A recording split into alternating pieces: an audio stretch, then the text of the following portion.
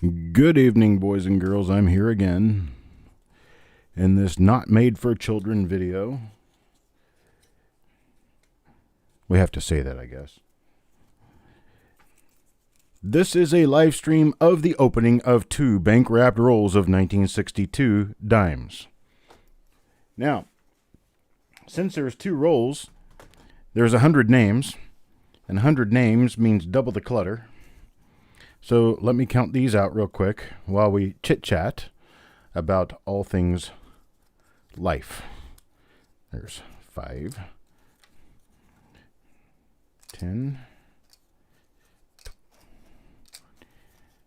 Oh, when I'm counting, I can't talk. So you do the talking.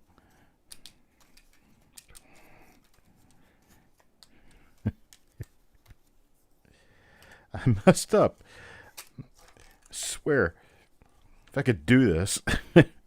2, 3, 4, 6, 8, 11, 12, 14, 15, 17, 19, 20, 22, 24, 26, 28, 30, 32, 34, 36, 38, 40, 42, 44, 46, 48, 50, 52, 54, 56, 58, 60, 62, 64, 66, 68, 72, 74, 76, 78, 80, 82, 84, 86, 88, 90, 92, 94, 96, 98. Shoot, I'm short one.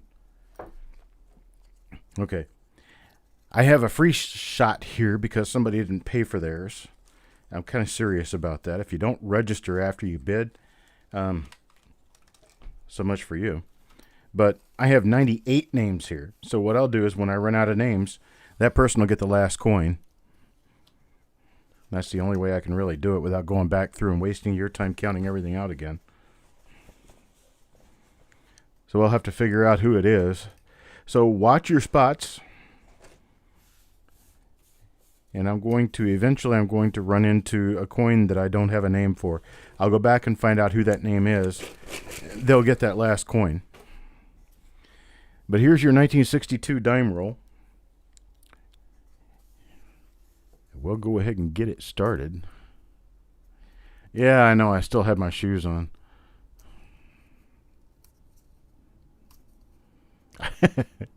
I got to 7 and lost my count, but hey, I tell you what, I lived in Oklahoma for a while, so I've been ill-affected by the air in Oklahoma. I lived in Oklahoma for 9 years.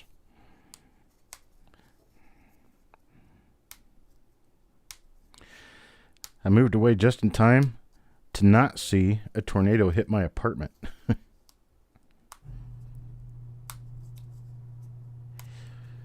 Sometimes these bank wrap rolls can really give you a pickle trying to get them open.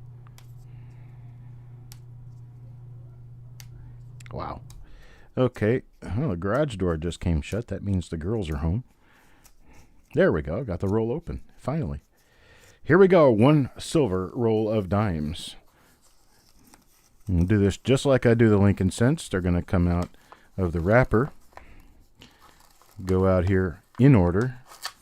And they will be pulled in order for view in order. And I do not have my flip inserts done because there were 100 coins here. So coin number 1. Coin number 1 will go to Hawkeye. Hawkeye gets coin number 1. Let's take a look at what we have here. Ooh, this is nice and bright. Let me come up a little bit because, here, let me do this. We're really after these more for condition than we are for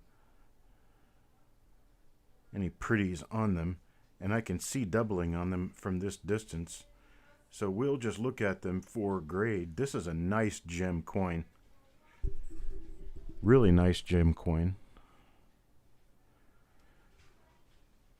Awesome on that. Oh, look at that. That Roland toning there. This one got a little on the reverse side.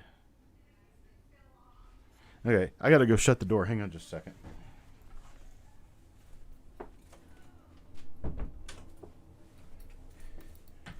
It's where I think nobody in this house recognizes what I do. All right. And it's a beautiful coin. I mean, obviously an outstanding looking coin. So there we go. And a whole roll, I mean, this whole roll looks like it's going to turn out to be gem. So there's coin number 1 for Hawkeye.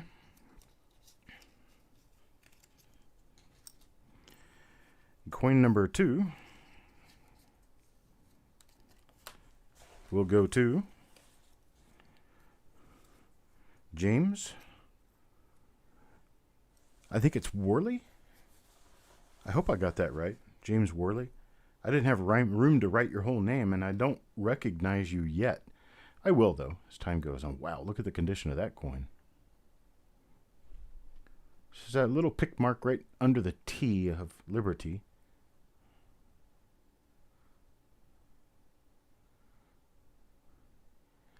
Man, these things are mark-free gems. They're beautiful coins. We're talking about probably 66 quality. Oh, yeah. Probably 66 quality dimes here. I'll take a quick look at Numis Media and see what they say for an MS66 dime. I think I looked this up before, but I forgot.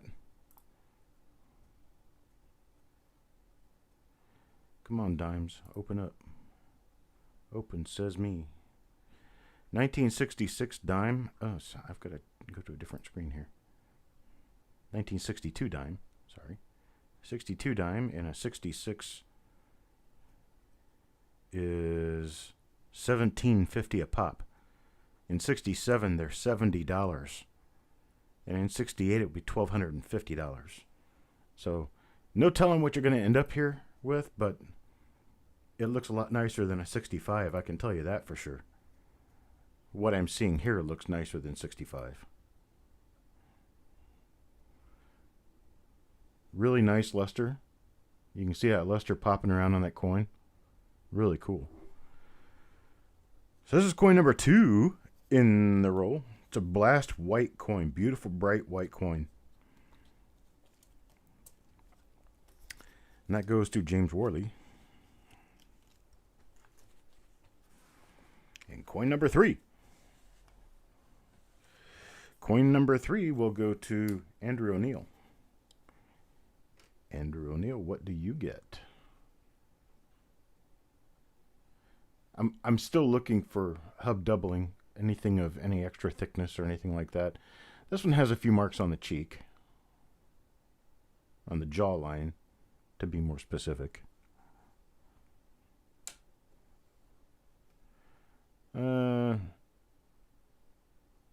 Chris, yes, they do appear to be full bands.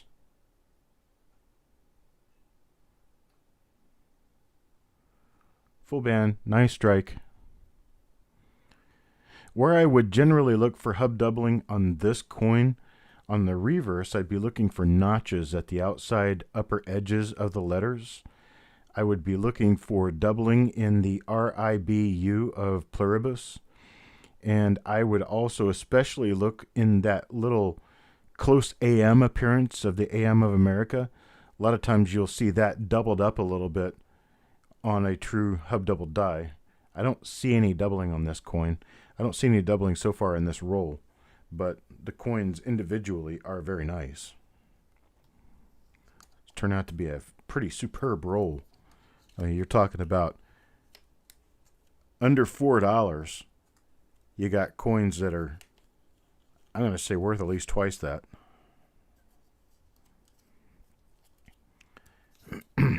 I really, really need help. What I'm doing, I'm just working myself to death, but I love it. I enjoy doing it. I just kind of look like a moron sitting here trying to... Oh, look, the free coin already popped out. The free coin goes to Andrew O'Neill. Let's take a look at it. Well, this one's in better shape than the last one. Just a few little minor scratches here and there. Little minor things.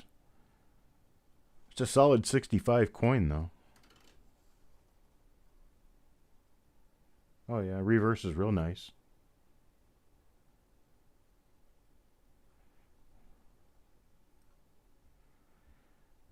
Well, and these, I mean, I believe the full torch simply means that it has split bands on the upper and lower. It has full torch detail. These do.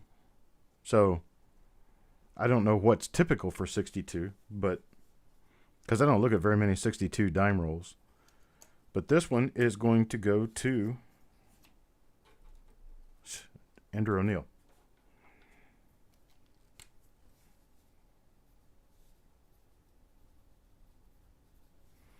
There we go. I've written Andrew O'Neill's name down on here.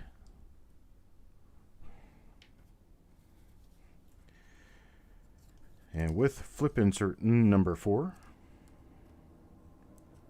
we'll go Andrew O'Neill's name. And moving on to coin number 5. It is a tough date for... Now, Adam, do you agree that these are full torch from what you're seeing? Here's Hurlstormer. Because they all appear to be very similarly struck. They all appear to have full torch detail. This one's got a little spot above the E of dime. A couple of small hits below the STA of states. But these look like they're full torch coins. Zoom into what part, James? You want to see the bands? Is that what you're looking at? Okay.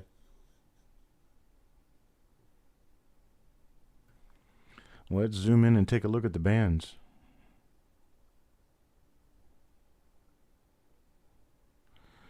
And it looks like that one goes all the way across, if you ask me.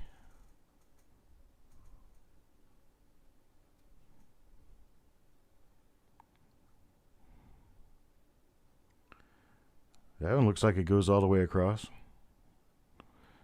I don't have any issues with these being full bands.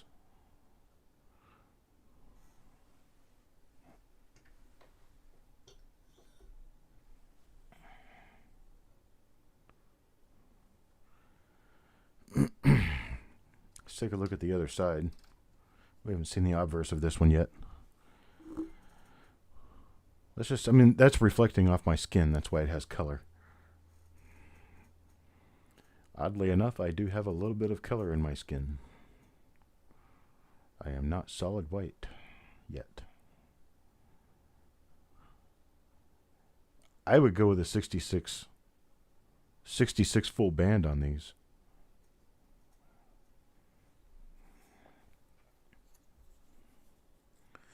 There's Hurlstormer, coin number 5.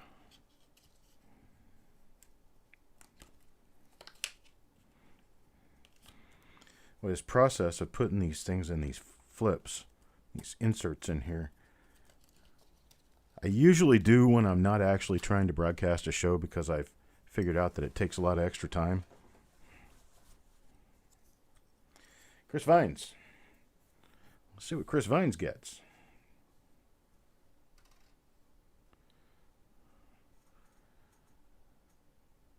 Another nice one.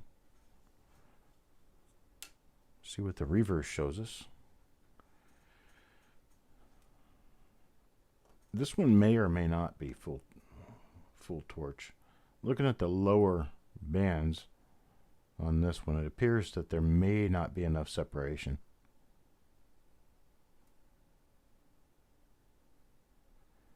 Those upper bands are obviously separated. But these are FT, full torch. I guess that would mean you would also have to have full flame detail, or not. Because I really don't know much about dimes. I mean, I don't know what makes these things the high-grade coins that they give you a lot of extra credit on. I mean, these look very nice to me. I mean, they look a really nice gem BU.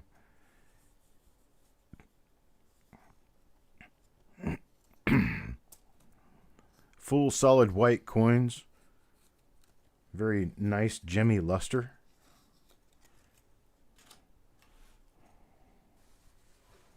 Just the horizontal bars. That's all that it has to have. Well, these have it. Wild Bill. Wild Bill gets the next coin in the roll. Gosh, look at that thing. It's almost proof-like. Holy moly. That's some bright luster. Well, that's bright luster, Lester. Let's take a look at the other side. Oh, yeah. This thing was hammered.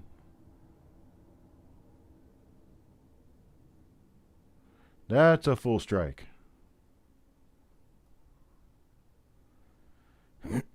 That's a high-quality coin right there, folks.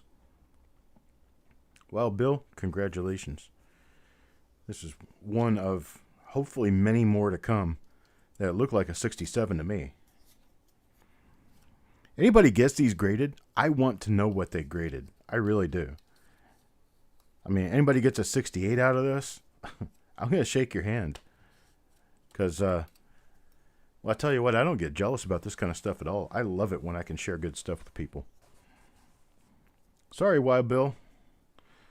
Sorry you're buffering. Hurlstormer gets the next one.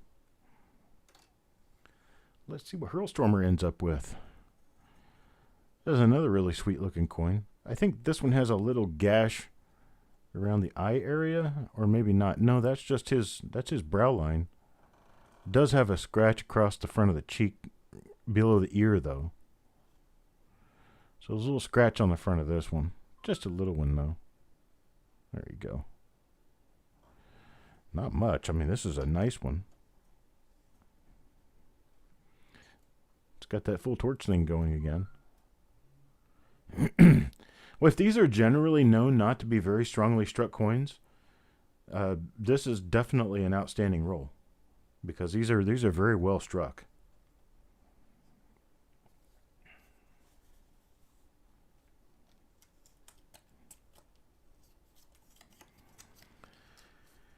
All right, coin number 8 goes to Hurlstormer. And I've got these marked with original roll reveal 36A across the very bottom down here. And that will tell you if it came out of the first roll or the second roll, because they go 1 through 50 2 different times. That way you'll know which roll it came out of. All of your coins could come out of the first roll, or all of your coins could come out of the second roll, because all of the names are together. We're considering it a 100 coin roll, but just for the, I don't know, the purpose of knowledge. Here's Mr. Fletcher. Got a couple of pick marks right in the middle of the cheek. I'll keep that out of a 66 holder. But it's still a very bright, lustrous coin. These are absolutely gorgeous coins to stick in an album. I mean, they're just sweetness all the way around. There's no haze on them. There's not much of any toning on them at all. And there's certainly no breaks in the luster.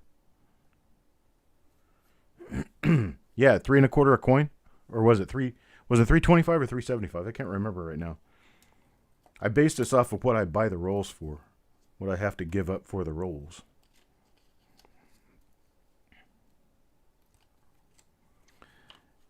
An MS67 Plus went for $2,233. I tell you what, folks, if anybody gets a 67 Plus out of any of these coins, I'd like for you to let me know, and then take me out for a coffee. I enjoy a good coffee with a good friend. All right, that was coin 9. Let's go for coin number 10. Mr. Dowdle. Mr. Dowdle gets the next coin in the roll. Let's see what we've got. Just a couple of little tiny hits right where his sideburn would be.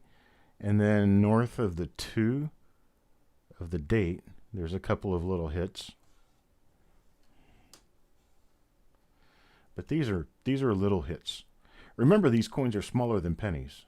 So when you're looking at these things, you're looking at hits that are smaller than what you would see on a penny.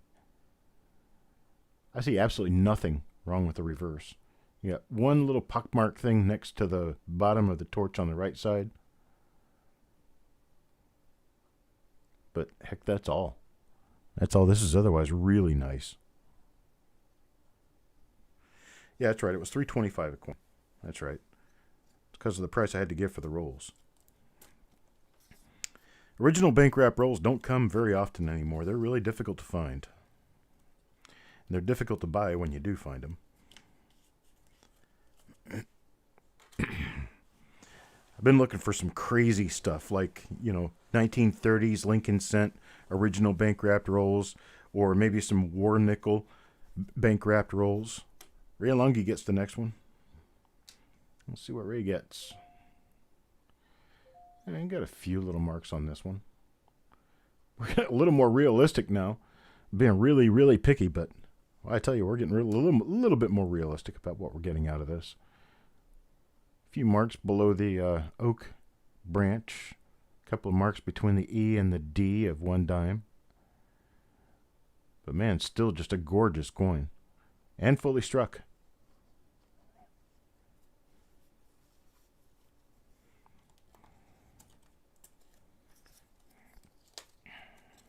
Oh. Work on getting his flip insert in there. That's coin number 11. 11 out of 100. We got a long ways to go, folks. Long ways to go. Let's see what we got here. Hurlstormer gets the next one. Let's see what we've got for Hurlstormer. Okay, he's got a mark in his cheek. There's one on his neck, one on his jawline. But they're not bad. Not bad at all. Let's see what we have on the other side. A little mark above the eye of dime. Other than that, darn near perfect.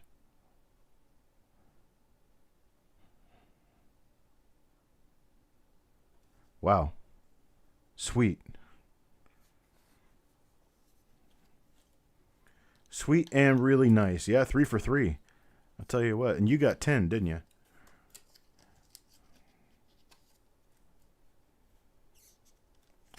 Wait till we get into this nickel roll. We're doing the nickel rolls tomorrow. I know some people don't really like nickels, but I was doing some research. There's some sweet, sweet double dies in the nickels. So you never know what we'll run into. Wild Bill. Wild Bill gets lucky coin number 13.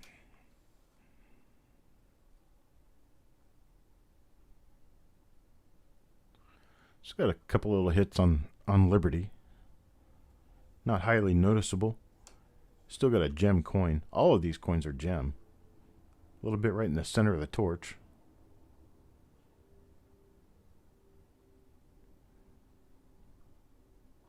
These are all fully gem coins.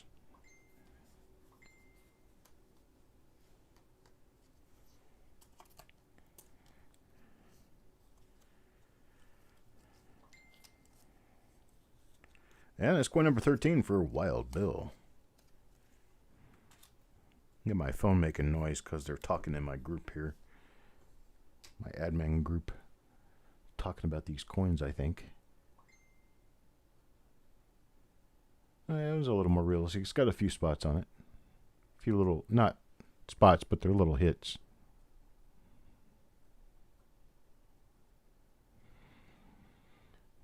Still a really nice gem coin. Oh, wait a minute. Who gets this one? I don't even know. Bulldog.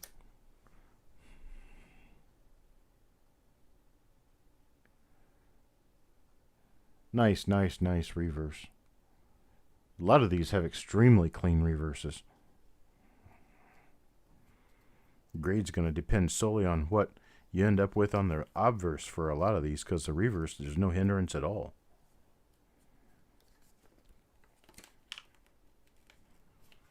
Hindrance to grades on silver coins are things such as bad toning,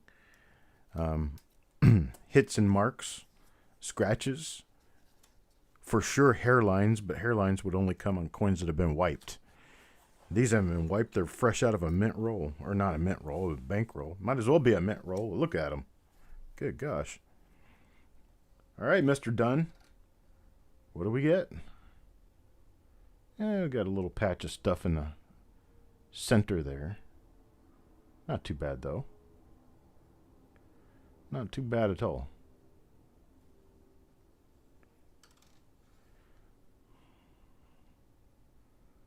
As with a lot of these other coins, the reverse is really nice and fresh on this one.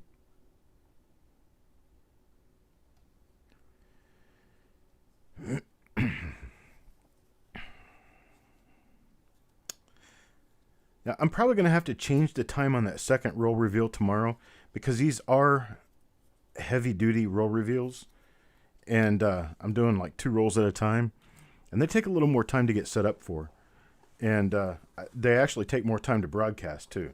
I think I'm going to find that my 4 o'clock is going to run into 6:30. So here's Mr. Marshall. Oh yeah. Perfection comes in many forms, but this is a nice form. It looks like we have a slide mark going right across the cheek there. Yeah, we do. Darn it. I thought this was a lot better than that when I first saw it there. Let's see what we've got here on this side. A couple of little marks. Still got a gem coin, though.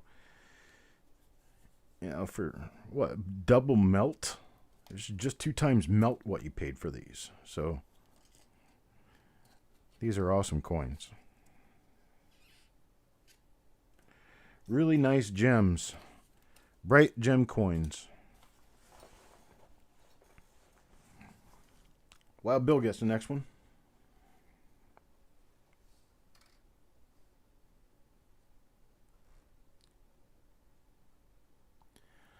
I see a little bit of toning on this one, right on the cheek. A little yellow-brown spot. Got a little mark on the jawline. Could be a chance at 66 on this. It's got a couple of other little spots next to the olive on the reverse. A little bit just left of the flame.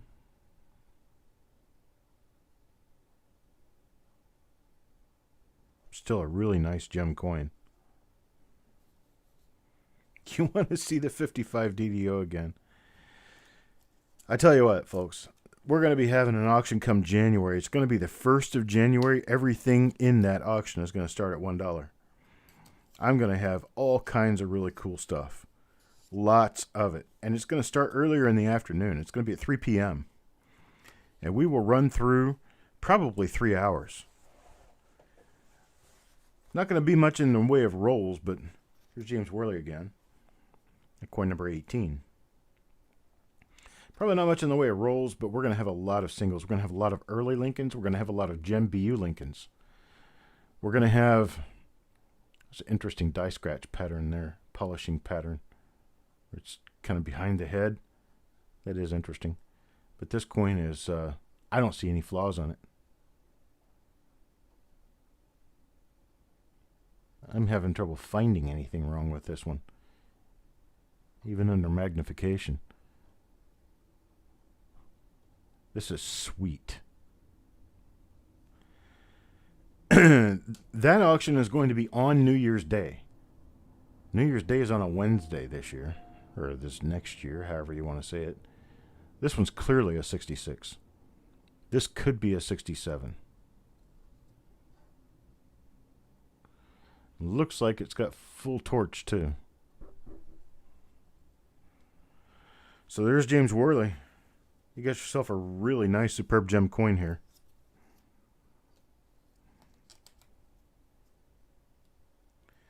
Andrew O'Neill, you did.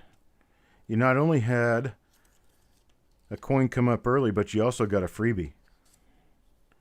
Because there was one freebie in the roll I decided to give away because somebody didn't pay for their spot because they didn't give us an email address to send the bill to. So, Andrew, you ended up with a coin plus a free coin. There they are right there. Andrew O'Neill and Andrew O'Neill free. And let's see. And your coins are really nice. I mean, all these coins are coming out gem. So, I've only drawn your name once so far. Drawing your name once and you've got 2 coins. There was only 1 free coin out of 2 rolls. You got it. Hawkeye. Hawkeye gets the next one. That's coin number 19. Some slight rim issue going on there. Got a little bit of a reading hit right on the cheek. But still, we got some seriously nice looking coins here. I mean, just real flashy dimes.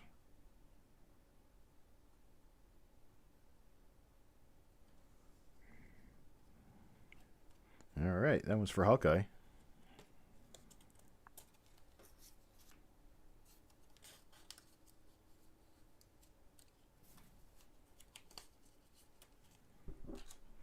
That's coin number 19. Yeah, so this auction that we're going to have on the 1st of January, it's going to be on New Year's Day. So you'll have to, just kind of watch while you're watching your football or whatever you generally watch on New Year's Day, but not the inside of your eyelids. And while you're watching us,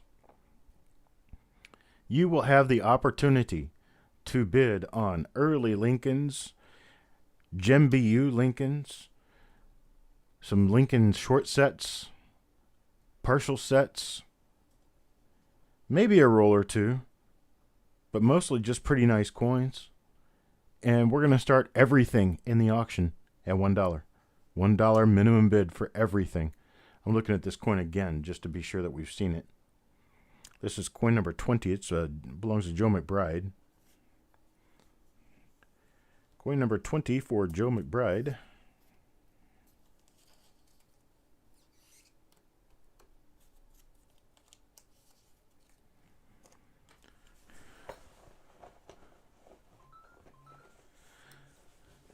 Bulldog, you're okay. What I was talking about was someone who did not even register. They bid during the auction and did not register later. And I have no idea who they are or how to send them a bill. So I gave their coin away instead. Too bad for them, right? Midnight Silver Run. Well, live up to your name, brother. Here's your silver. What do we got here? Very nice looking coin. There's a little scratch across the neck. There's a little pickle mark right in the middle of the cheek and one on the nose. Which otherwise a very nice gem coin. God. Reverse on this one has a hit on the upper torch, has a hit in the lower torch area. But the fields are just fabulous on this coin. It's amazing. Just really like these. Really, really nice dimes. That's coin number 21 for a Midnight Silver Run.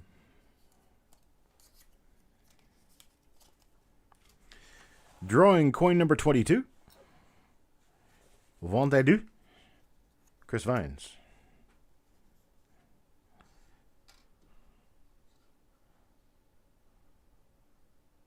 Oh, wow.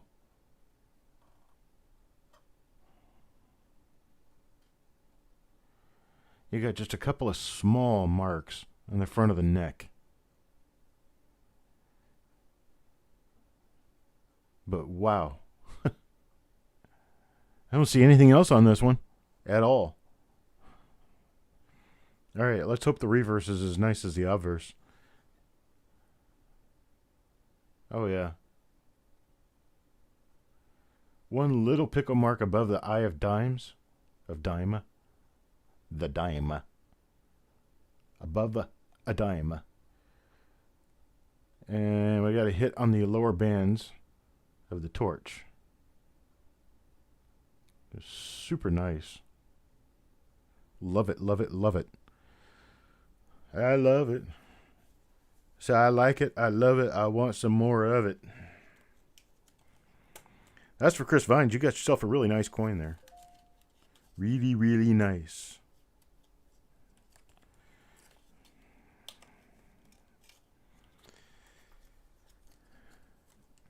So that's the January 1st sale. We're going to have a ton of stuff.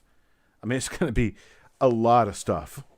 I'm going to clear out a whole bunch of inventory. And I'm going to do it with your wallets, basically pocket change, it's going to go cheap, cheap, cheap. And there's a lot of it and a lot of good stuff too. We're talking about 1913D, 1914S, 1911S. Yeah. Talking about 1924D. That kind of stuff, starting at $1 a piece. Starting at $1 a coin. That's a really nice coin for Wild Bill there. Really nice.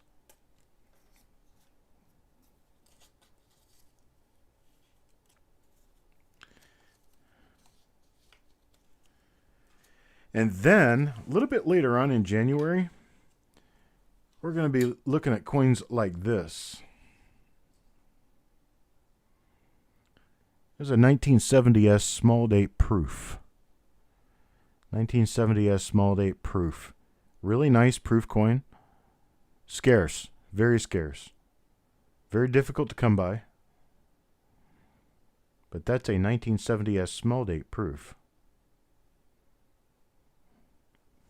That'll be later in January, close to the, I'm going to say close to the last week of January. Let's see who gets the next coin. Next coin goes to Marshall. New Marshall in town. I got a few hits here and there. Got one on the neck. Got one on the center of the jawline, just southwest of the ear. The fields are really clean, though. Very nice looking clean fields.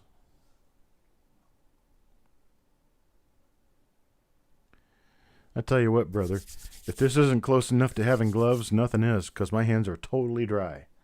There's nothing on my hands. I kind of wonder what that spot is right there on that.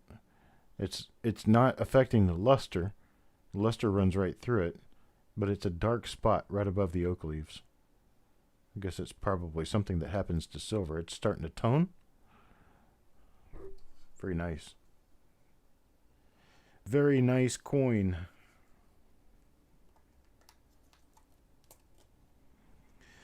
This is coin number 24, and it goes to Marshall. We are now halfway through the roll. Halfway through the first roll. And we get Marshall again. Marshall gets another coin. This one. Oh, much better than the last one. Gosh, Pete, will you look at this? Holy moly. Throw me off the cliff right now. This is nice. God, if I could never see another coin in my life, this would be a nice one to end with. Wow. Bam. I see, I remember those die scratches up around the F and the A of America on another coin that was super nice. You could easily have a 67 coin here. This one could really be a 67. 67 full torch, FT. 67 full torch. Notified a little bit earlier by someone in the chat that one of these went for over $2,300. In 67 full torch.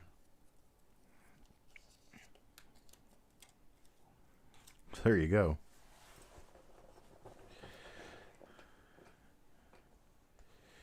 The grades on these, I'm going to say a few of them are 65. A lot of them are 66. This one's a 65. It's a nice bright gem, but it has some marks. This is for Hurlstormer. It's got a mark right in the middle of the torch, right between the leaves of the oak and the olive on the left there. I don't see anything else on this to be concerned with. But it'll get a 65 grade. It's a gem blazer, so it'll probably get a 65 plus. Coin number 26. And that's for Hurlstormer. I'm going to set these over here so I can see what I'm doing. There. Make it a little easier to tell what coin I'm on. Here we go with coin number 27, be James Dowdle. Mr. Dowdle, this is your next coin. Yeah, you got a few little marks. It's still a gem, 65 gem. Let's see what the other side looks like. Very nice, decent coin. But there's no flaws on the bands. The bands are just super nice on this.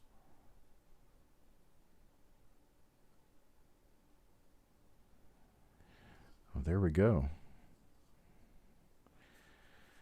Hello, Hector.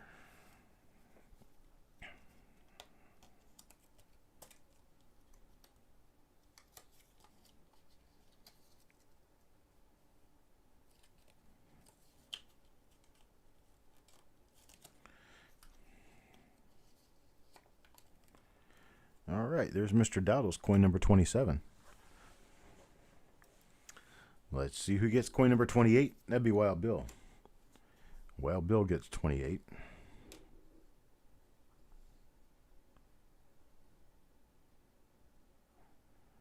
Nice. A small little pick mark in the middle of the cheek, and we got one next to the one of the date on the truncation of the neck, throat area. There's two little marks. That'll be a 66, I'm pretty sure. See what we got on the reverse. Reverse is very nice, very clean. That should help support keeping this at a 66. There we go. You're very welcome, James. I'm glad that I'm getting good rolls, and I'm glad that I'm getting rolls that are worthy of this kind of attention. Because I can tell you, man, it can turn quickly, and boy, we can get some bad rolls. That's just something I really don't want to do. I just want to stick with the good ones. So I try to make sure I get them from good sources.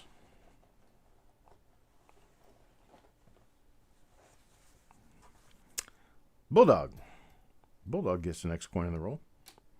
Let's see if we do an uptick for him. Nope. Got a few little scratches on the cheek. That is not going to deter from a full gem, but it's not going to be a superb gem. We have here on the reverse. It's very nice. Very nice full blast white gem coin.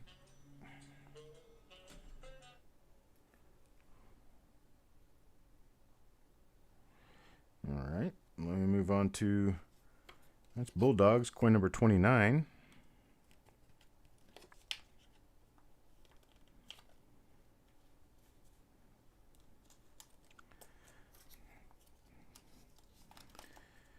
And coin number 30 will go to Wild Bill. Wild Bill gets coin number 30.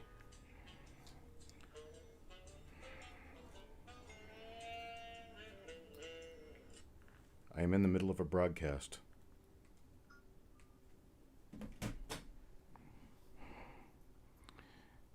All right, there we go. Coin number 30. Let's see, we got a little mark in the middle of the neck.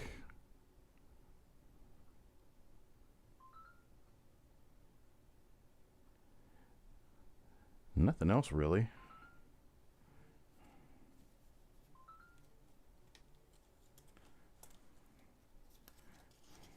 Very nice coin.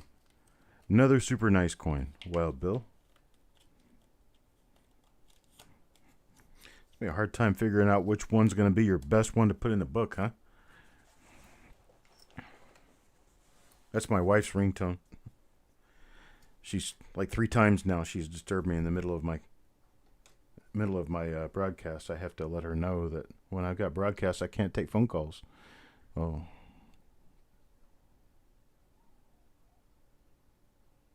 Oh, that's sweet. That's a really nice one. This one's Bulldogs.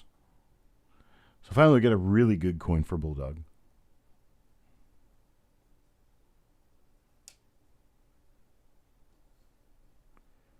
Oh, yeah. Oh, yeah.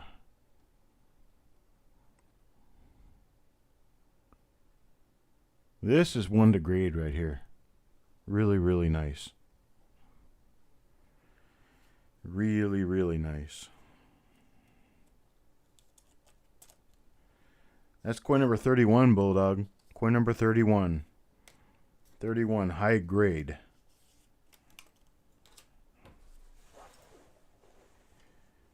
Really nice high grade coin there. Hurlstormer gets the next one. It's coin number 32.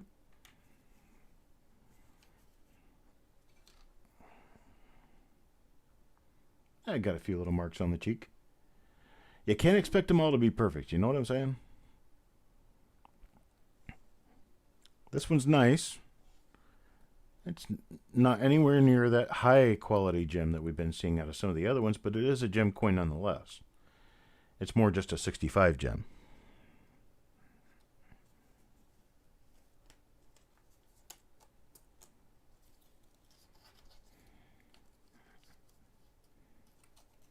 Like how I did that.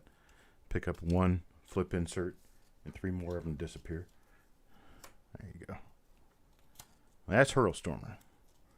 Coin number 32. All right, coin number 33. Coin number 33 will go to Bulldog. Let's see what Bulldog comes up with out of here. Okay, a very decent coin. Got a few little marks on the cheek. Got a little mark on the rim right up at the very top on 12 o'clock. They do take rim hits, especially in these silver coins. Those rim hits will shine up as soon as you look at the coin, and you'll see rim hits. Rim hits tend to detract on coins that are smaller simply because your rim hit's going to cover the same amount of area, whether it's a silver dollar or a dime. But the thing about it is if you've got a 1/2 millimeter rim hit, 1/2 millimeter makes a lot of difference when you've got a 17 millimeter coin versus a 38 millimeter coin. Big, big difference. Or 27. I don't know how big a silver dollar is. How am I supposed to know that? I'm a penny guy. But whatever size it is. You know what I'm saying. So the 1/2 millimeter takes up a lot less space on a silver dollar. Andrew O'Neill. Well, here's your next coin.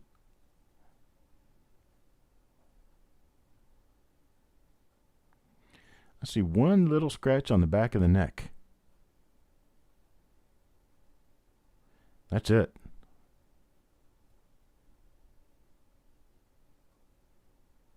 Okay, there's one little scratch above the initials on the neck. But wow, we're getting into nitpicking things here. Little tiny details.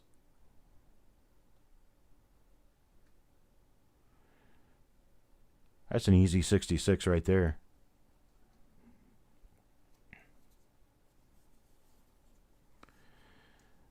Levels of madness, eating a lot more oranges. Yeah, need to watch your blood sugar there, brother. Oranges got a lot of sugar in them. Yeah, it's natural sugar, but still. It can cause you some issues.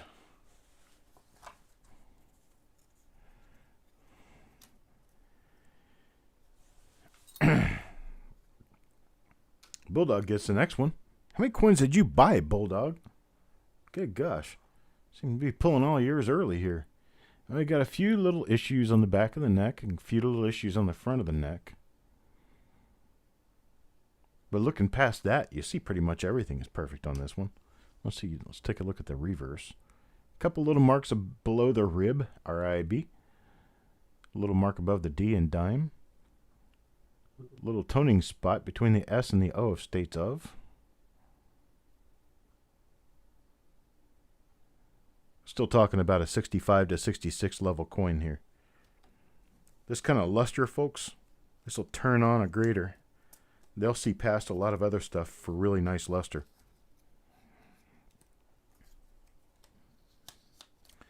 So 35 goes to Bulldog. Now for 36, Jeremy. Got your first coin. See what it looks like.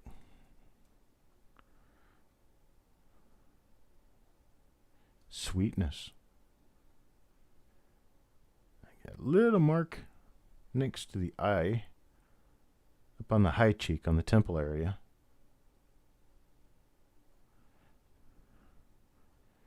It looks like we have a slight bit of Blakesley effect going on up top, which means that this is probably a slight rim clip coin. I don't see it on the other side. Oh, maybe I do. That looks like a little bit of an error right there. Okay, we're going to have to look at this up close.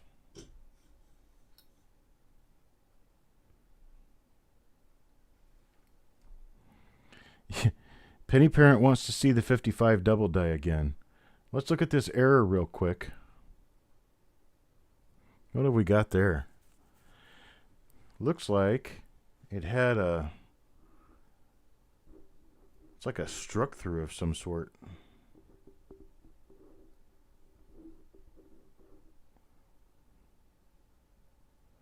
Struck through a rim burr? I think that's what we're looking at here. Struck through a rim burr. Let's see how the rim comes up and it's all nice and flat. And then you have this little burr thing and then you get a really sharp rim. So I think it was a rim burr that was struck through. I don't have anything else around it. Just that one area that gets all weird. And then you got this. Awesome. Nice, nice, nice. Can't tell you what it is, but I know it's not normal. I tell you that much for sure. That's what it looks like back out. Now, due to popular demand and request, we're going to show you one of the highest dollar coins coming up in the late January period at auction on Coppercoins at YouTube. As soon as I get Jeremy's coin in here. Now, feast your eyeballs on that. Bah, beautiful. Okay, there you go. That's it. Oh, wait a minute. I guess I need to show you the other side.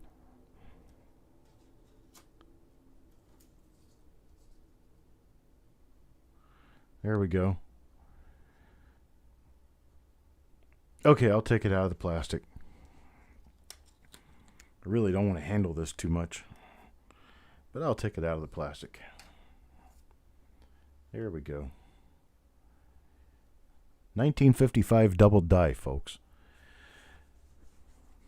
We're going to have this up for sale in the... Stonecutter probably should refresh just to be sure. This is going to be, I think, around the 27th of January. It's going to be close to the end of the month on January.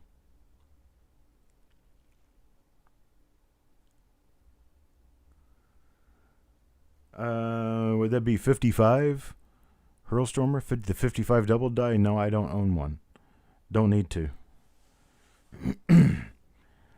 I know exactly what they look like. I can attribute these things, know exactly what they look like, and I know which ones are real and which ones aren't, and this one's definitely real.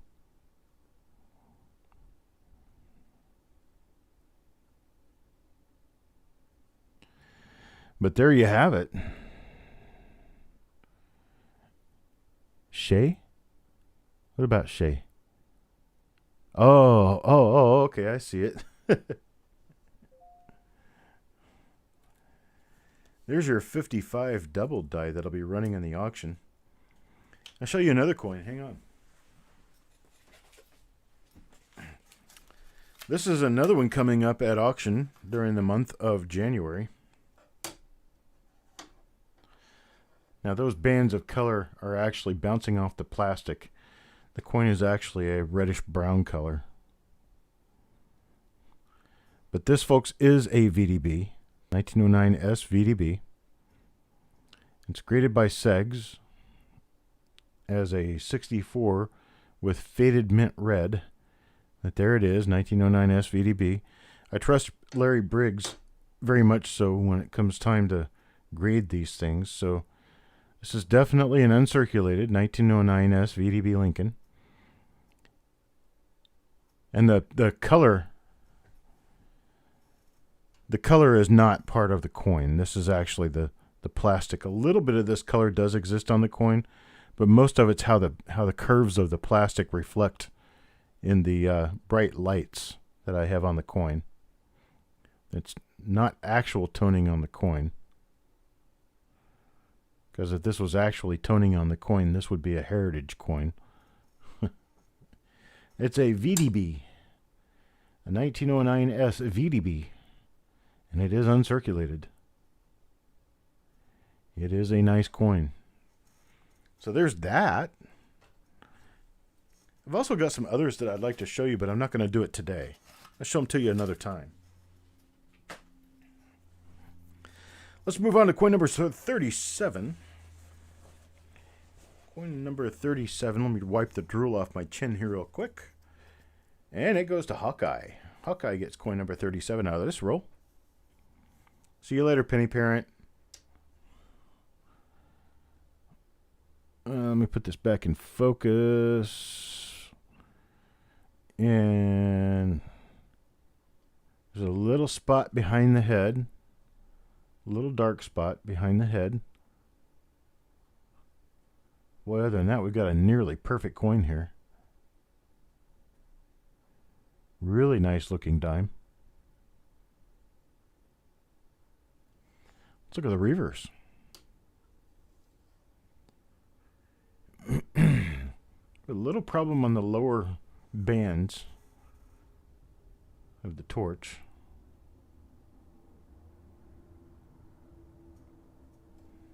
Other than that, really beautiful coin. That's for Hawkeye. It's coin number 37.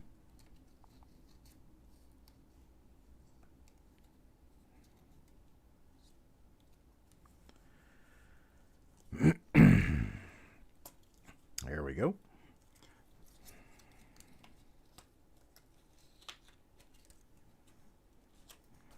And coin number 38. Coin number 38 goes to Paul Hampton.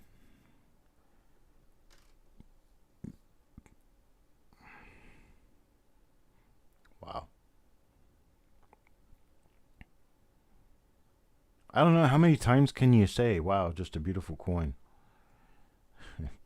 No idea how to better explain this. These things are sweet. Nice, bright, wonderful looking coins.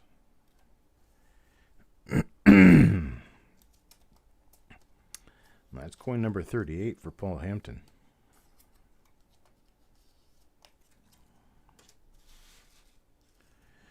Now for number 39. Mr. McCoy, this one's for you. A little scratch on the back of the neck there. Got a little mark out in front of the nose. I got a few more scratches above the date on the neck. Nice 65, shot 66 coin. We'll see what the reverse looks like. Really clean reverse. Nice clean looking reverse.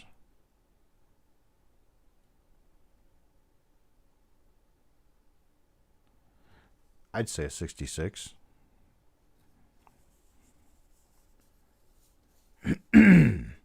These things will probably grade full torch too. I haven't seen hardly any of these missing enough detail to take it out of full torch.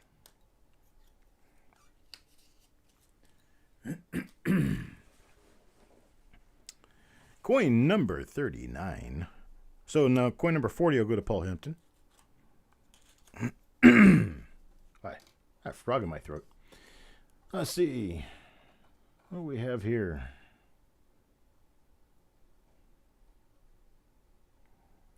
I got some marks underneath between the nose and the B of Liberty.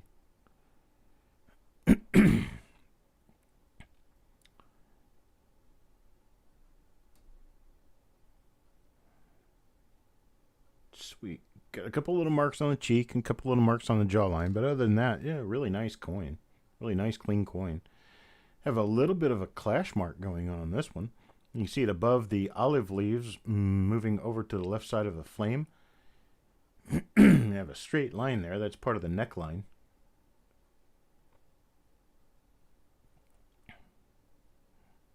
Really nice looking coin. Some toning spots down on the O of 1. A little toning spot near the rim next to the dot next to E. Still really nice. There in the oak leaves right there, you can see between the oak leaves under RIC of America, you can see another clash mark. So you have part of his face is clashed. Let's see if he's got any clash marks on this side that we might have missed. Now it looks like they've been polished out. Might have had clash marks, but they've been polished.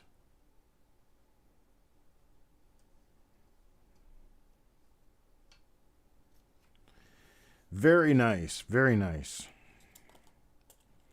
That's coin number 40 for Paul Hampton.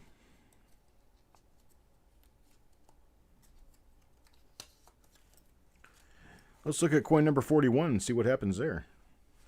It's going to be for Marshall, new Marshall in town.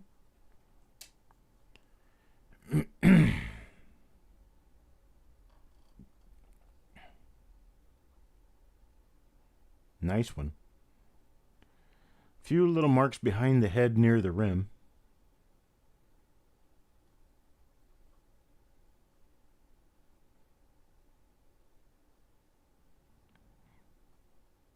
That clash mark on the nose. On the upper bridge of the nose, you can see part of a leaf. That was a heavy clash to make that kind of a mark. But it was pretty much all polished out on the obverse. They got it polished out on the reverse all the way.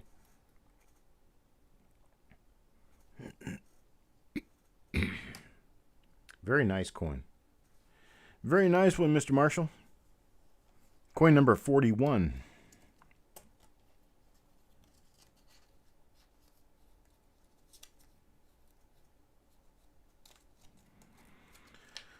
So we're a hop, skip, and a jump away from opening the second roll.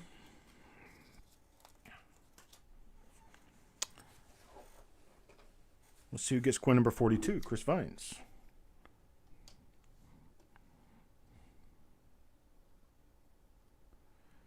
A couple of really small marks on this one. It's a very nice coin. A couple of little marks above the date, above the JS, which JS stands for John Sinnock. Unlike popular belief back in 1946 when the dime came out, it did not stand for Joseph Stalin, which there was this huge phobia of communism in the United States back at that time. And when the dime came out with John R. Sinnock's initials below the truncation of the bust, there was a public outcry that there was a signal to Joseph Stalin on the new dimes.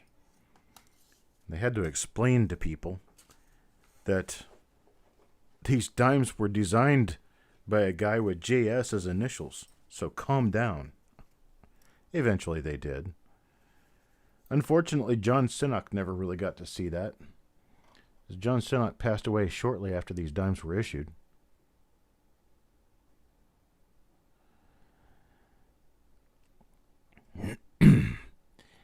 He would also lay claim to fame as being the guy who did the commemorative $50, the sesquicentennial $50, I think it is, the one with the Liberty Bell on it.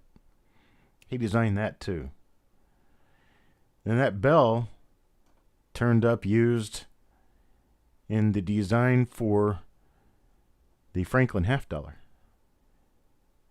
The thing about the Franklin $50, though, is that he passed away during the design of the Franklin $50. He had done the bell part, and he had done the lettering, and that was about as far as he got with it. And then when it was submitted posthumously to be a part of the design of the new Franklin $50, the law, the United States law that required an eagle effigy to be on the reverse side of all half dollars had not been followed, which is why now the Franklin half dollars, there's a tiny eagle to the right side of the bell. It's because Sinnock did not design it with an eagle in the design.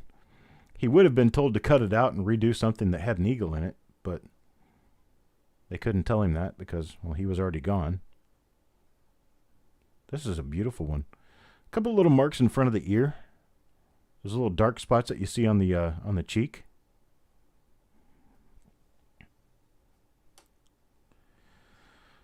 John Sinnock was actually a really, really good artist, and he was a really good designer too. He did a whole lot of sculpture and statue work. He just didn't do very many medallic or coin work. This is the only United States coin designed by John Sinnock exclusively.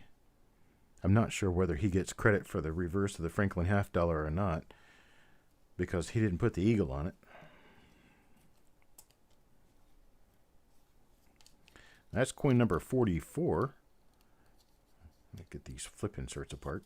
Put 45 back down there where it goes. All right, coin number 44 goes to Andrew O'Neill. Nice looking coin. I had a chance to look through some of his scrapbooks one time. Actually held his original work. And there is a box full of his stuff at the A&A Museum in the basement. And I was allowed to go through this box one time. It's a nice gem coin in the obverse. Beautiful gem coin in the reverse. There's a couple of little marks. But I found a sketchbook of his, like some sort of a note diary. I didn't really read through it because there were so many drawings in the thing that they just fascinated me. So many drawings, beautiful drawings. Somewhere, someplace, somehow, I think I've still got a photo of the page in his passport that had his photo. It was my plan to actually draw an image of him at some point, but I haven't gotten to that yet. So there's coin number 45 in the roll for Chris Vines. Coin number 46. 46 will go to Jeremy. There's coin number 46. Little mark on the high point of the cheek. We got a little bit of a mark on the jawline in front of the ear.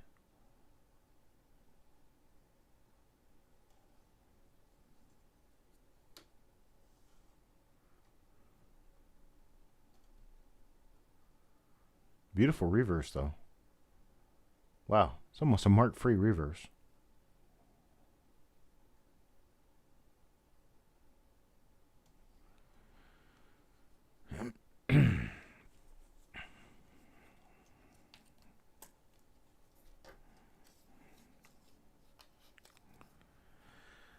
I had at one point planned on doing portraits of the designers of our U.S. coins and sending all those portraits to the A&A to hang them on the walls so that people could actually see artwork of the artists, because the artists were so undercredited for the work that they did. Bulldog gets the next one. And I just never could get point A to point B to match up and for people to really talk to each other in the way that I was planning. And, well, those works never actually made it onto the wall at the museum. At a later time, I offered them prints, and they were like, yeah, well, prints are great, but we show originals here. I said, well, the originals have been sold because you guys didn't want them when I first contacted you. And they're like, oh, what do you mean we didn't want them? I said, you never responded to me. I called, I wrote, I sent emails. Never got anybody to show interest in my artwork, so I sold the originals, but I've got prints.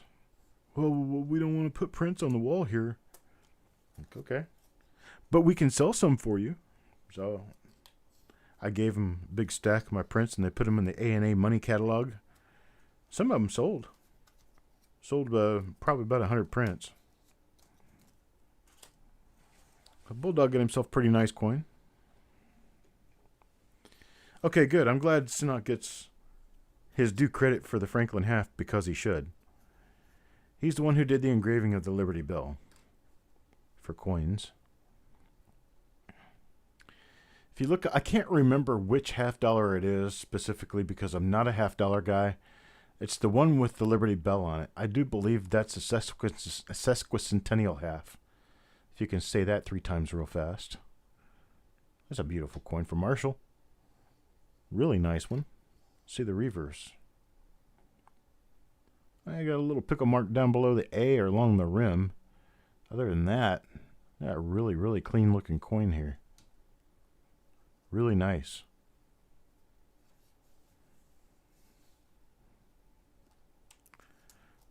I need to go back out to the A&A Museum and get into that archive again. And I took a few images, but I had a really junky phone. No, it wasn't even a phone. It was a digital camera back then. And it didn't last very long.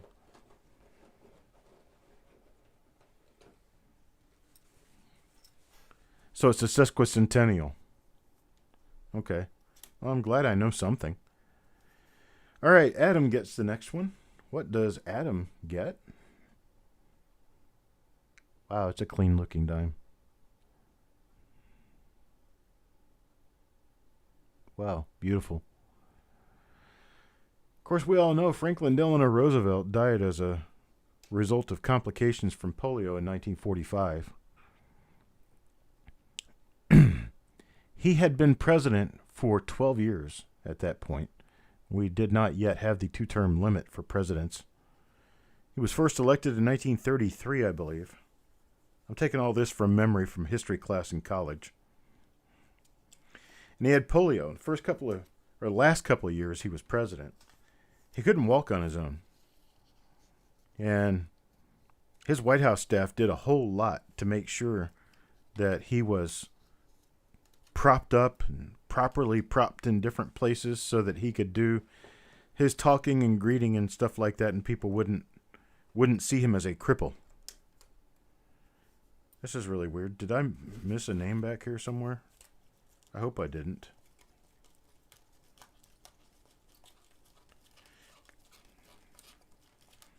Because I've got one number left and 2 coins. Whoops. Let's see if I missed anybody's name back here, and if I did, I'm going to have to shift everything.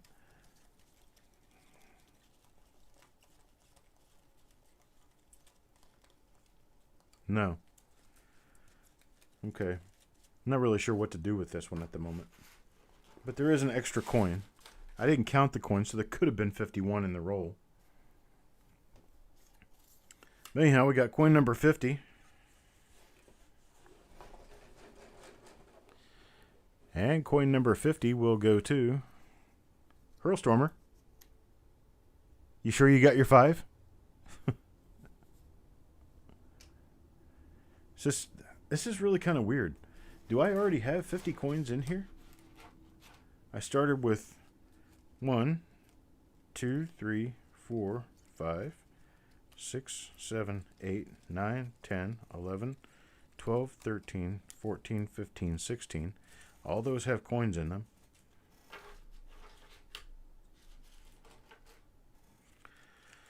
Let's see, 17, 18, 19, 20, 21, 22, 23, 24, 25, 26, 27, 28, 29, 30, 31.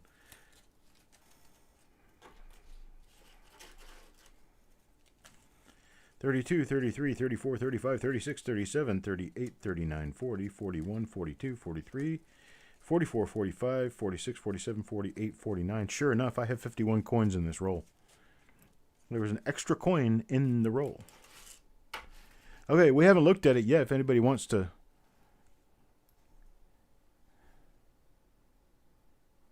There is still another roll.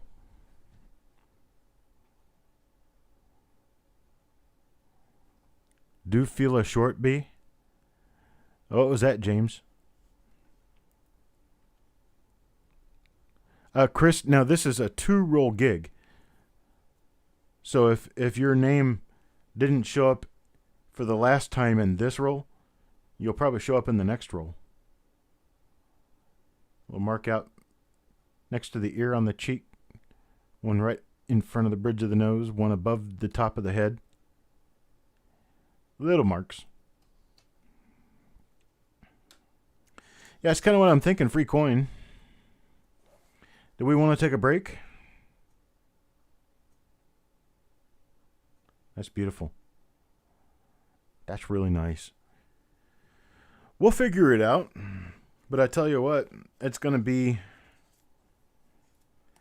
an extra we'll do something with toward the end.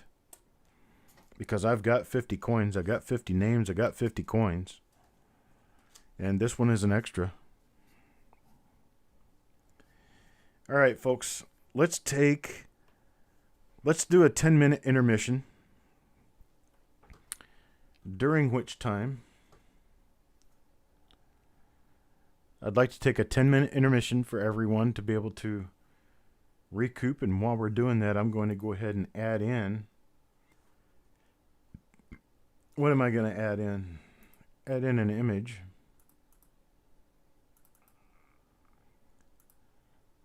And let's see here.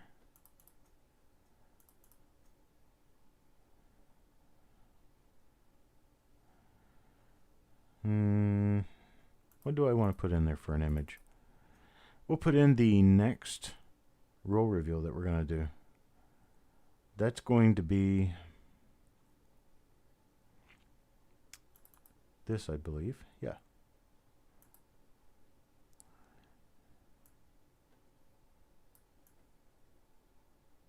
There we go. We'll stick that in there. That's the next roll reveal that we're going to do. We'll talk about other stuff a little bit later on as far as other roll reveals that we're going to be having. But I would like to take a little break, let everybody have a chance to use the restroom and go do whatever they want to do, go talk to the wife or whatever they need to do, and then I will. You want the 72 DDO instead? Okay, I can do that. Let me get it out of the plastic here real quick. Yeah, set it up on there. Okay, we'll take this out. There you go. All right, I'm going to go take my break. You guys take yours, about 10 minutes worth. And we shall return. It's 19 minutes after. I'll be back right at 30.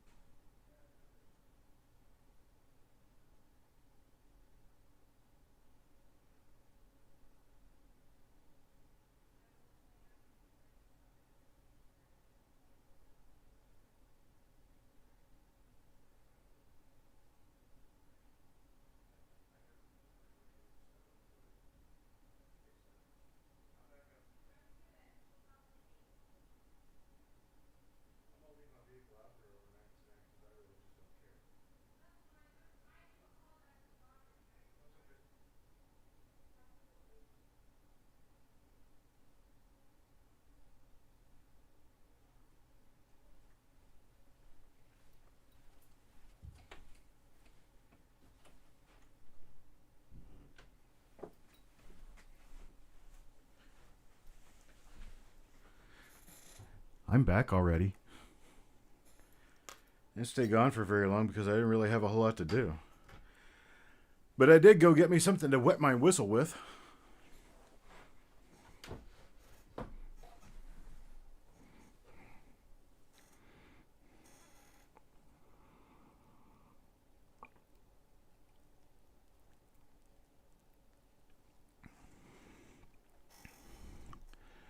Yeah, that 1 penny you sent in is worth quite a bit.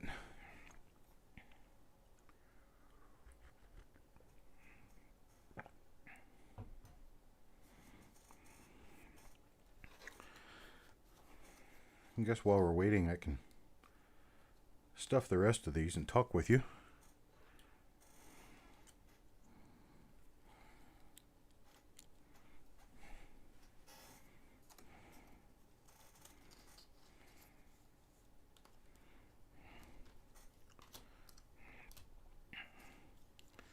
I think as soon as we get back to doing this, I need to poke through this other roll a little bit faster.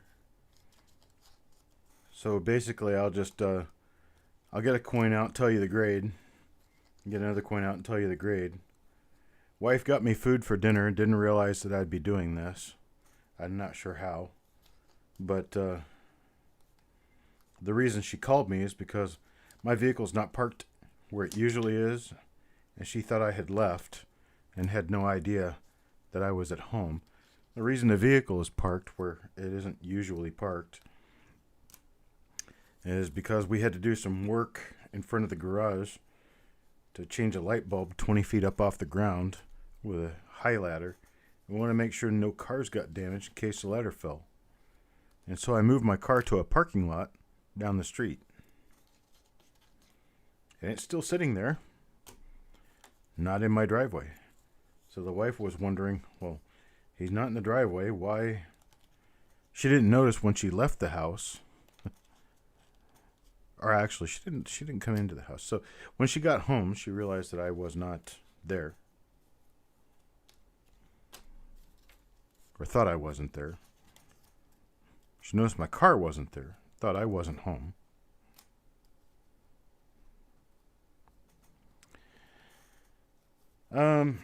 Several great coins that you want slabbed. I'll tell you this. Your cheapest alternative for a decent grading company is going to be Annex if you want to keep the coins. That's going to be an inexpensive alternative to sending it to NGC or PCGS. Naturally, and as it works out, the more expensive grading service you go to, the more market acceptability the coin has. So PCGS grading is pretty good for sight unseen selling if you've got something you think you want to sell and you think it's going to grade really high and get you a really nice value. But if you've got coins you want to keep, I'd probably recommend just going with Annex. The in-between to that is NGC. NGC is not quite as highly recognized as PCGS in the market. However, they are considered a top-level grading service. And they are less expensive than PCGS, but they are more expensive than Annex. And I personally would not send any of my coins to ICG because ICG, with the reputation they've had over the years about inconsistent grading, most coins in ICG holders basically sell as raw coins. So they're good for a protector around your coins. They're inexpensive, and they're not bad at grading as far as I'm concerned. It's just that the market doesn't generally accept their holders as being quote-unquote genuine slabbed grades. So that's it in a nutshell. Aside from PCGS, NGC, Annex, and ICG, I wouldn't even consider sending my coins to anyone else. There's just not anybody out there that I consider reputable in the market that anyone actually cares about, and you're just wasting your money sending it to them. It's an unfortunate thing that there's not more competition than that, but no one has been able to overcome the popularity of the market leaders.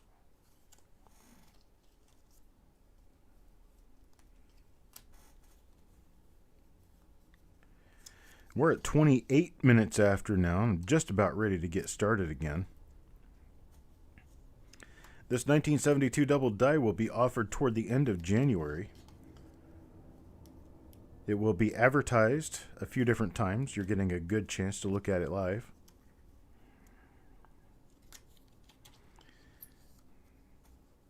And it will be offered for auction,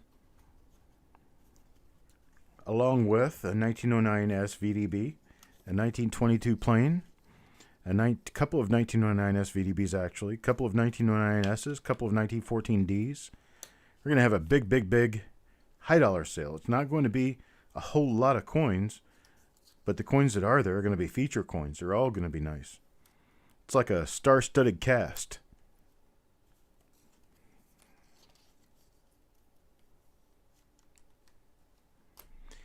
Yeah, ICS. I'm unsure of exactly who that is.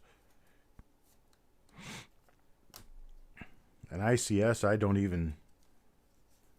I'm not sure who ICS even is at all. I know they're not market accepted. My attributions on die varieties, Anax will accept and holder. Nobody else does. If you specifically ask for it by die name, by die number, and you tell them that it's a Coppercoins number, they will use Coppercoins numbers on their holders.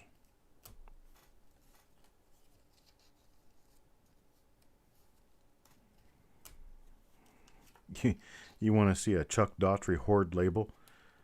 I tell you what, if anybody decides to slab all the coins I've got after I'm gone, it will be more common than any other slab to see my name on one, because that would be thousands and thousands of coins. Doubt that will happen. Cost out justifies the means. Outweighs the means. However you say that. Whatever word you use there. Hey, so it's 31 minutes after, and I'm almost done stuffing these flip inserts, and it's going to make the entire rest of the show go a little bit faster. So I am going to take up a couple of minutes of the post-intermission part of the show to finish this little task. I'll be done with it in about 30 seconds. And then we will get moving. We got 30 likes out there. I appreciate the likes, folks. We got 30 people watching, so I guess everybody likes it.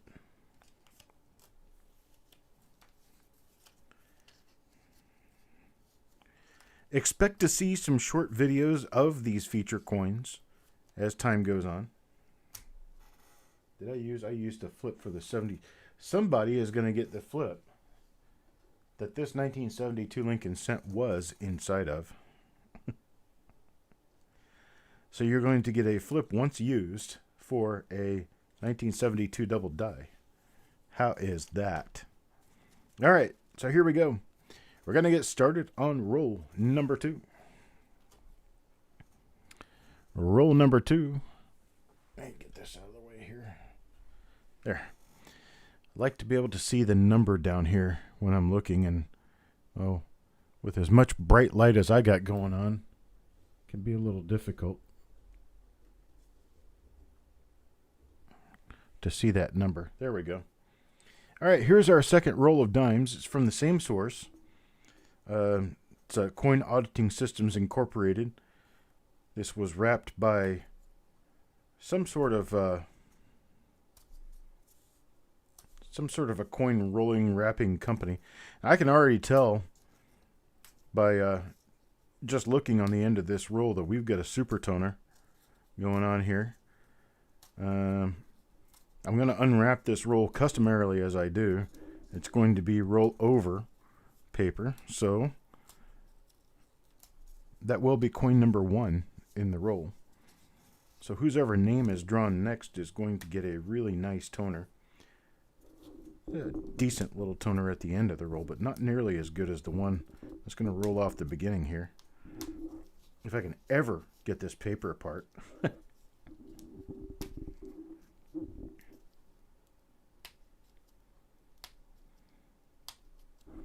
You hear that? I'm just picking at it. I'm picking at the little wrap roll at the end. There we go. Sometimes they get these things so tightly done, they're really hard to unroll. This older, almost like grocery sack paper.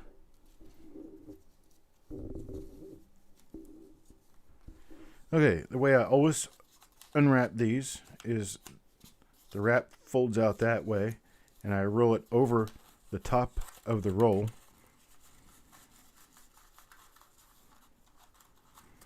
Just like that.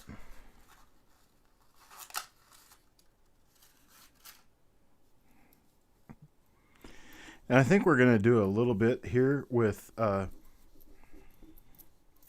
nice dimes. I wonder how many are in this roll. There's 5,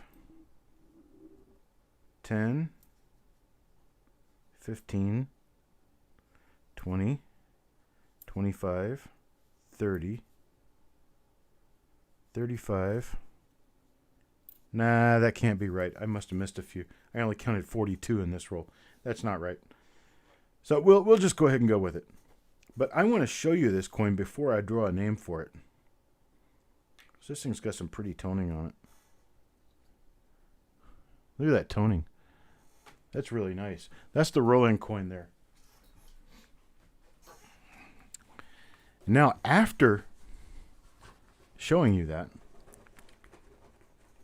I'm going to tell you who it's belonging to. Draw a name out of my bag here. James Worley. James Worley will get this one. It's a really nice toner. A lot of pretty color on it.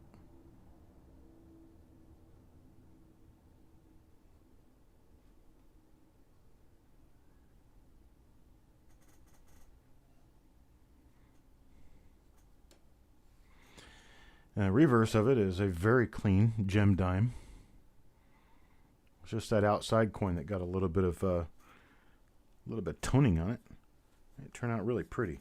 I like the colors. All right, James Worley got this one.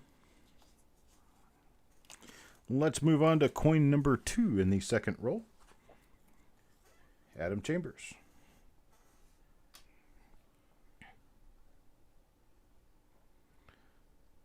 Decent gem coin, probably a nice MS65, maybe 66. More likely 65. What do we have on the reverse here? Another pretty nice gem. It's got a few marks in the middle of the torch.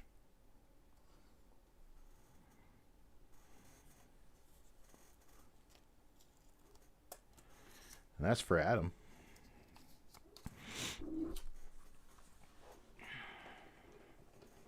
You haven't missed anything at this point. It's just got a really, really nice toner on the first coin of the roll. Mr. McCoy. Let's see what Mr. McCoy got. One little tiny spot on the jawline right there. You can see it's a dark spot. Well, I don't see anything else. Some die scratches in the field. You got a little bit of toning going on this coin. A little color up around the top rim around Liberty. But man, this is beautiful. Really beautiful. Really high quality coin here. Look at the reverse. Man, this thing is just really high quality. Really, really nice. That's a 6667. It's a really nice coin. All right, Mr. McCoy, got yourself a pretty one.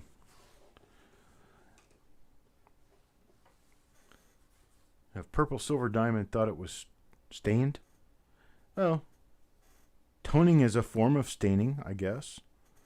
Relungi? What does Mr. Lungi have? A couple little marks on the cheek. Looks like he was bit by a snake.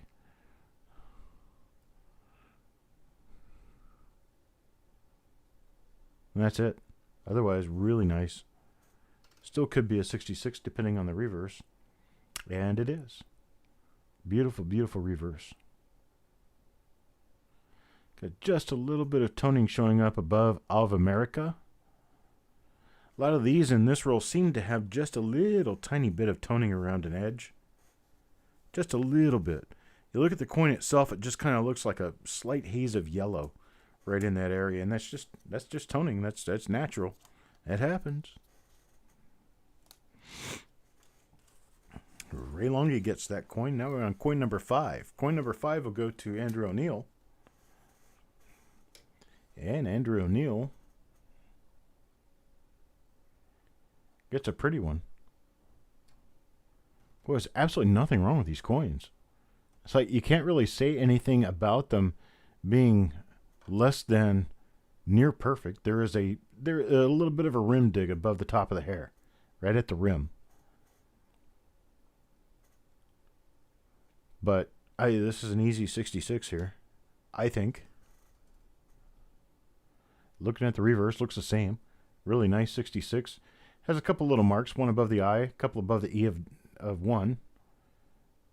But they're just really, really small. The dime is such a small coin anyway. Remember, this is smaller than a penny by a couple of few millimeters. I think it's 2 or 3 millimeters difference. I think those are 19, and this is like 16 and a half, 17. Adam Chambers gets the next coin. It's coin number 6.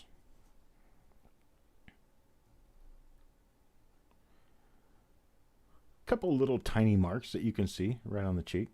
There's a die crack running up the forehead, it appears. Small one. Ribbon them. Let's see, what do we have here?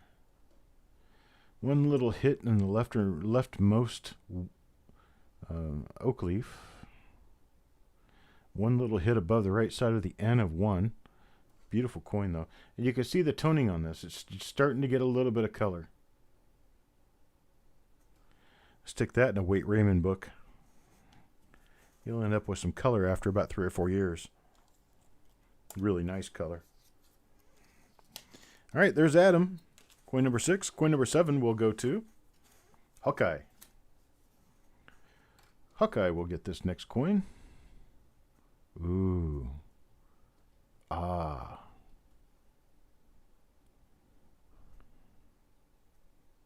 That's pretty.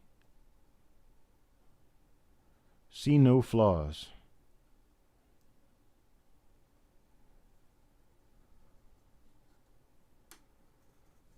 You're right, this month is a good month to be asking for customer rolled coins because people cashing in their coin collections to buy Christmas. One hit right in the middle of the torch below the top bands. That won't deter much. This thing's beautiful. Hawkeye, this is a grader right here. It's a nice one. Oops. And here I go dropping it on a wooden desk. So it's not going to hurt it. Wood's a lot softer than metal. All right.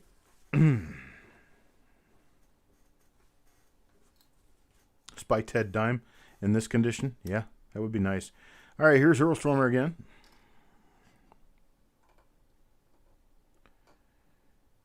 Okay, we got a little scratch mark in the hair above the ear. We got another one right on the jawline. That's gonna be a 65. Nice one though. Nice lustrous coin. These are all nice lustrous coins. We got no color on this one that I can see. Just pretty good condition. Really nice condition. And that's coin number 8. See how much faster it goes when I've already got these stuffed? I need to have these stuffed before I start every show. Mr. Dowdle. Let's see what Mr. Dowdle has. Remember, folks, that 51st coin in that last roll, nobody has looked at it. I just set it aside. No idea what we should expect for it. No idea what condition it's in. It is an end roll coin. I can tell you right now, it has some toning on the obverse. I'm not going to tell you how good it is, but it has some toning on the obverse.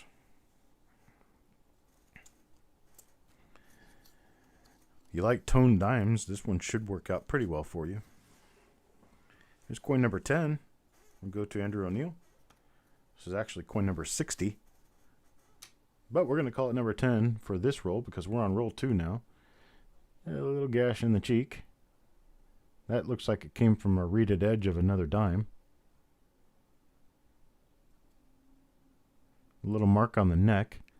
So we're talking about a nice 65 here. Could go 66 because of the luster. Luster on these coins is absolutely, I mean, it's just electric. It's liquid. It's beautiful. A little mark on the top of the olive leaves. That's about it, though. Really nice coin. Now, that's coin number 10 out of this roll.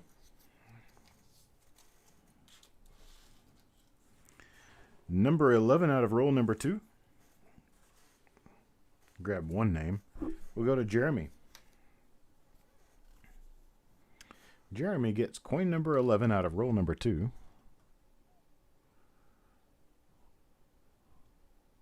Got a few little hits here and there. Nothing major at all. I'm going to still say a 66 on this one.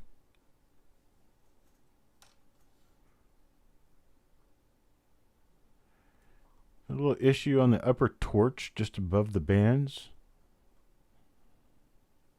And that's pretty much it. You can see a little bit of color shift on this one. Just a little bit. So you're starting to get into a little toning on this coin. Just a little. And that's coin number 11, Jeremy. Coin number 12 will go to Midnight Silver Run. Here you go, brother. I know you didn't get very many coins, so let's hope you get a really nice one.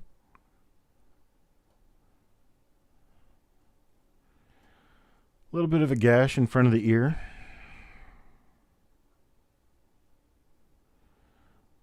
A little mark next to the mouth, down kind of below the mouth.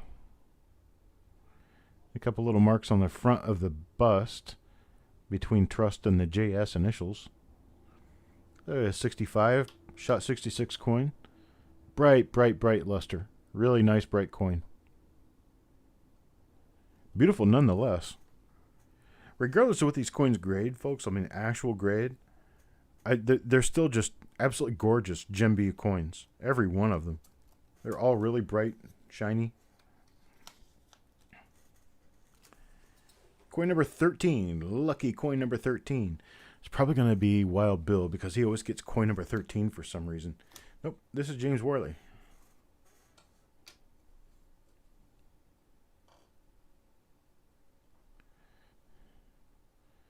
Got a couple of little hits on this one. Got that little mark on the cheek on the lower jawline. Little mark right next to the one of the date.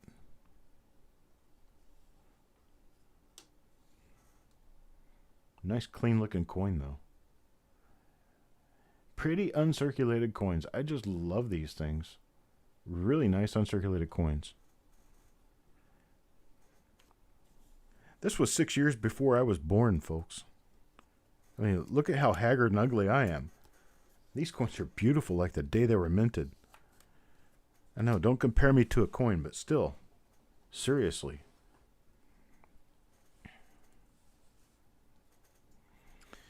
Andrew O'Neill.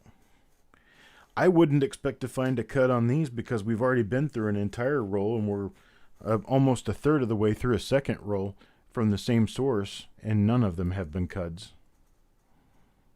So, here's one that's got a little bit of rub on the high point of the jawline. Otherwise, a very nice coin. Very nice. Really nice. This one's going to Andrew O'Neill.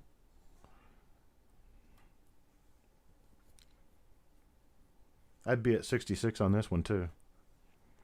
This one's a 66 or a 66 plus possible.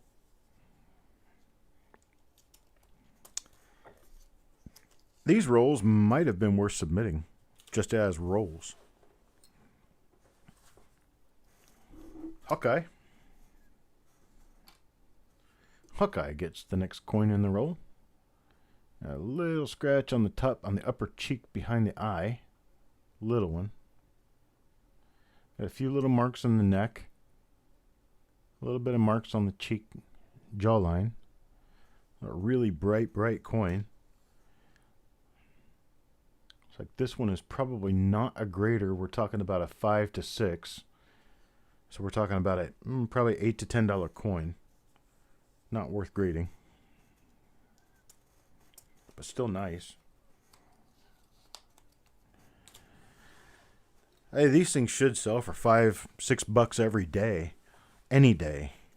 At a show, to other collectors. Because there's still got to be people out there needing a 62 dime that looks this nice. I mean, yeah, these things are nice. You see a little toning popping up behind the head on this one. Behind to above the head. A couple of little pick marks on this, but otherwise this is a really nice one. Very nice one. Got one right in the middle of the neck. And you got one on the flabby part under the chin. Don't know what to call that. Other people have those words in their head, and I don't. And then there's one in the field behind the head. But this is otherwise just a very, very nice coin.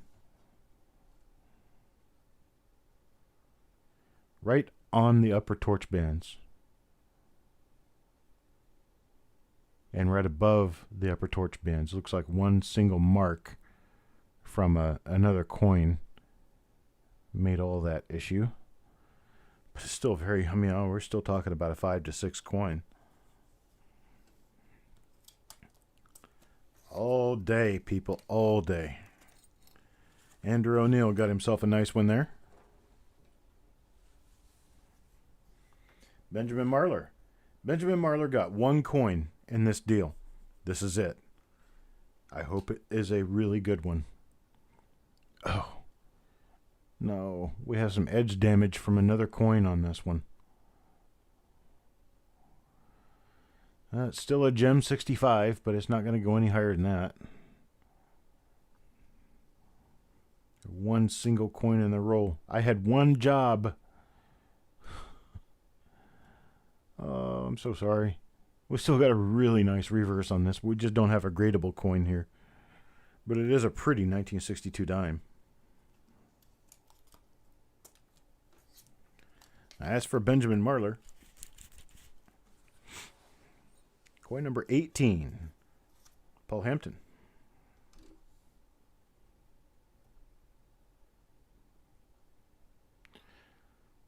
A little drool mark back behind the mouth. That's from another coin.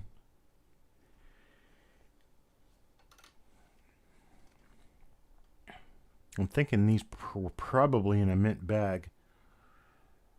Some of them have a couple of little baggy marks on them. Probably in a mint bag. Shipped direct to the bank, and the bank wrapped them. This one should get a 6. It's a nice coin.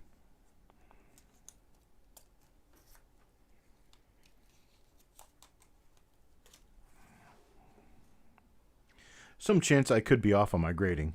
I kind of doubt it, but I could be off. Take the name on the bottom. Stuck together. Hurlstormer. Got you another dime here, brother. What do we got? And then once in a while, we run into a totally sexy coin. We got a little hit above the U in trust. That is it, folks. Little hit above the U in trust. Let's look at the reverse. This one could be one of those candidates for 67. Oh, it is. You got some issue on the lower part of the torch on the lower bands. Could keep it out of a full torch designation. But, yeah.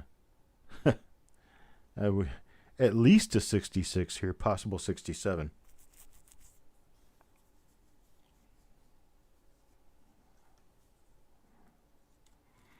Yeah, when they're nice, they're nice. And for someone who has a little bit of experience looking at coins, when you see something like that, it's like, oh, yeah, that's not normal. I like that. That's not normal. Mr. McCoy. Another real pretty coin. Just a little mark above the cheek, or, well, on the cheek jawline, right there in front of the ear. That may hold us to a 66.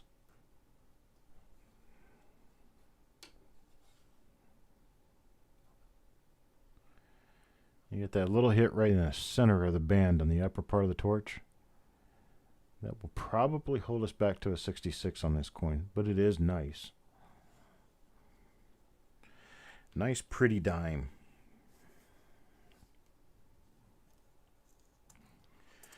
Of course, we know that President Roosevelt ended up on the dime because of the March of Dimes.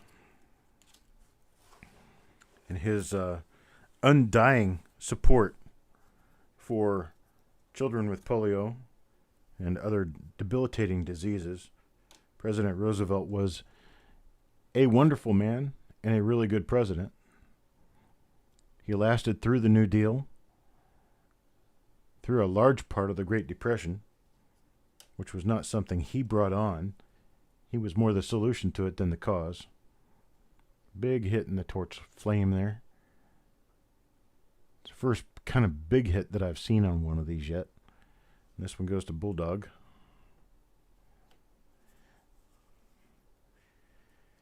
He was a Democrat,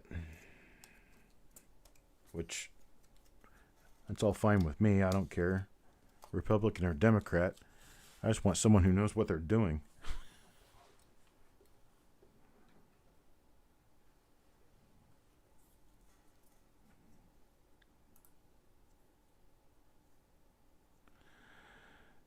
Andrew O'Neill, will I note what I think the grade is?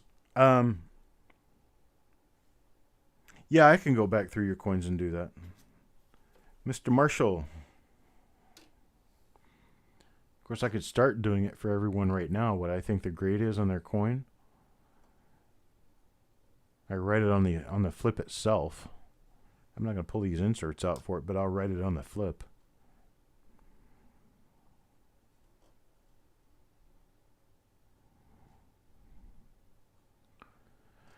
So like this one's a 66 FT.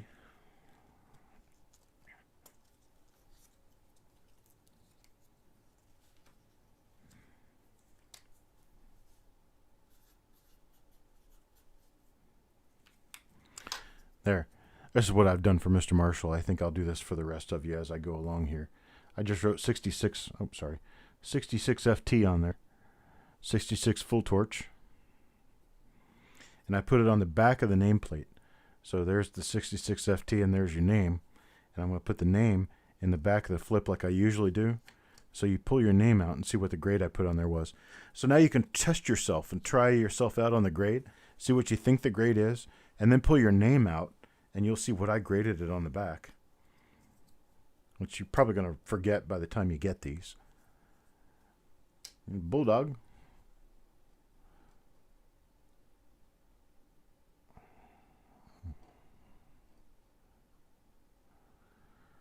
Well, Bulldog is not a curse after all. He gets a coin with one small pickle mark right on the bottom of the chin. Other than that, wow. Little one on the nostril, too. Looks like he's wearing a nose ring.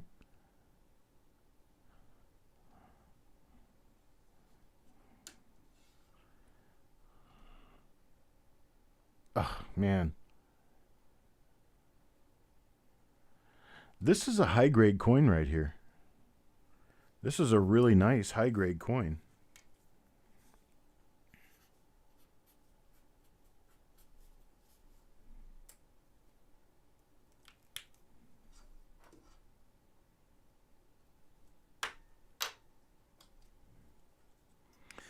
That's what Bulldog's coin looks like to me. Bulldog finally got himself a really high-grade one. I was kind of worried because the coins that I've pulled for Bulldog so far have been 65, 66-ish. None of them have been anywhere close to that. That's coin number 23 in the second roll. That's reveal 36B. That's a grader right there. That's worth it. Mr. Fletcher gets the next one. What do we have for Mr. Fletcher? Yeah, we got a few marks here and there. Got a few marks right on the cheek. A few marks right on the front of the cheek. Mark in the hair. Yeah, a few little marks here and there. So with these little tiny coins, those marks really count. But this is, oh boy. Too bad that front went with this with this reverse. This thing's a stunner on the reverse. Beautiful. Mark-free coin. Love that.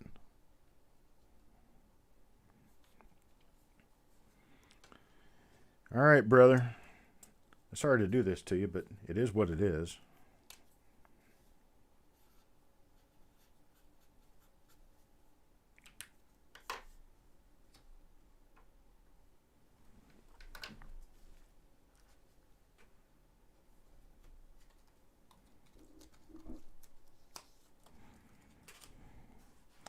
Coin number 25. Halfway through the roll. Oop, we go with Wild Bill. There we go, Wild Bill. Let's see what you got. Pretty nice. Couple of little digs above the JS on the neck. One little dig in the middle of the face. And one little dig in the flabby part under the jaw. Little one on the R. Couple of little ones up next to the Y on the rim. What do we have on the reverse? Nice reverse. Not exceedingly clean, but nice.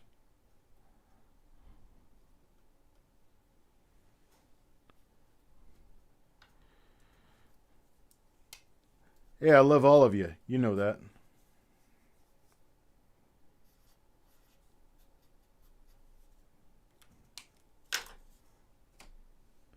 That's for Wild Bill.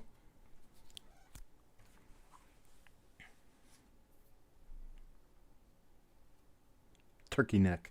Hey, if you live through a war, a depression and a war as president, and polio, 12 years as president, I got the same thing he's got, and I haven't done near that. So, here we go. Bulldog gets the next coin. Let's see what Bulldog gets. Is that a... it must be a fiber laying on the coin, right? Yeah, it is. I can see it. There we go. Knock that little sucker off of there.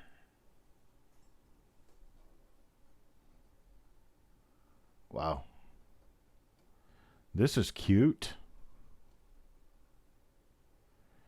You got a couple of little marks on the back of the neck. A couple little marks down next to the T in trust. But man, we've got a really nice coin going on here. Nice solid reverse. Got one mark in the middle of the torch. It's going to hold us to a 66 grade.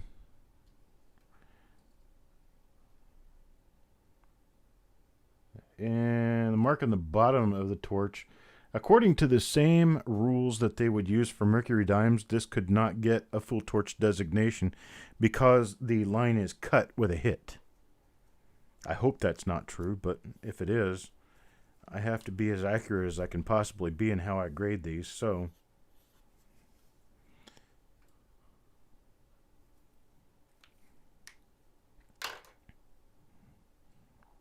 do you think 12 years as president's enough to kill a healthy man? I agree completely. I give the man a lot of credit for being president that long. Nobody else ever did it. There's only one other guy who was president for 8 years over a 12-year period of time. That was Grover Cleveland. He was our 22nd and 24th president, with Chet Arthur in the middle of that. I believe it was Chet Arthur. Chester Arthur. Mr. O'Neill. Oh, Mr. O'Neill. Wow, you have a bright coin.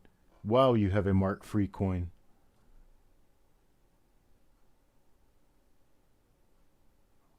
Wow. Holy moly. You got just a couple little milk spots below the L along the rim, out in front of the mouth. But those are just little milk spots. Those aren't really marks on the coin so much. See what we got on the reverse here. Hey, we got a little issue going on the olive leaves on the right-hand side up toward the torch. We've got one little issue on the olive leaves on the left-hand side, the cluster of 3. There's a little mark right in the middle of them. But, boy, I'm just getting really, really picky. I think there's a struck through on the E of United. But, yeah, this one's definitely going to be a grader.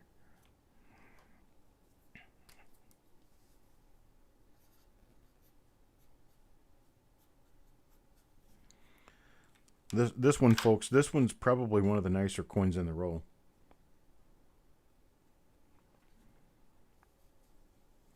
I'm going to move to a smaller pen, make it easier to write. But this thing's almost got some like almost proof-like qualities to it. So this thing's just absolutely beautiful. High quality coin here. I'm glad you guys are getting these. These things are superb. I hope the 56 roll of nickels, the 2 rolls of nickels I have from 56 are just as nice. And they have a lot of really good double dies in them. That would be really, really cool. All right, Hurlstormer. So I'm losing my way here. There we go. All right, Hurlstormer gets the next coin in the roll. This is coin number 28.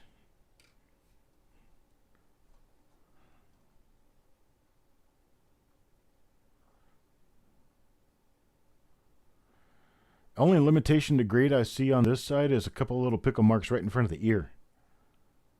Something like the back of the jawline, like the muscle of the jaw right here. Just a couple little lines. But wow, nothing else. Hindrance to grade here is going to be on the right-hand side of the oak branch. Or not the oak, the olive branch.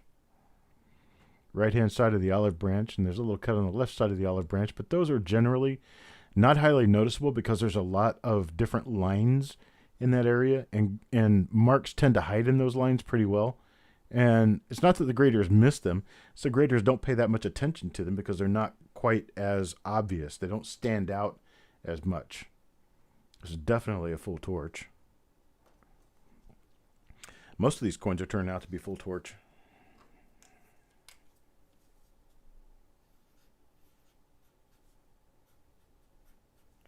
I did not change to the new pen like I said I was going to.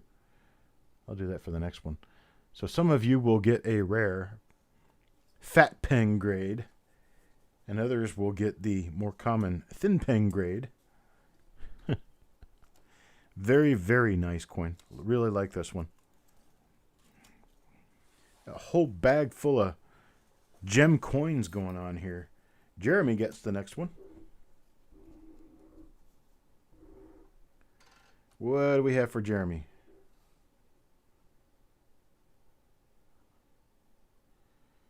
Okay, is that... Okay, that's a mark. We have a mark behind the head, right behind the crown of the head. We've got 4, 5, 6 little marks, little tiny ones, on the neck and below the jaw, and right on the jawline. All that stuff up in Liberty, that's all die scratches. That's not going to affect the grade at all.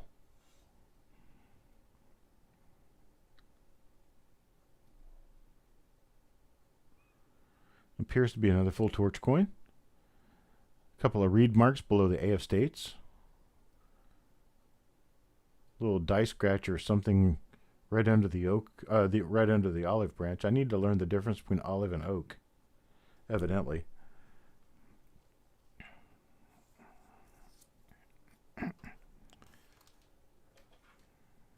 See what I did there.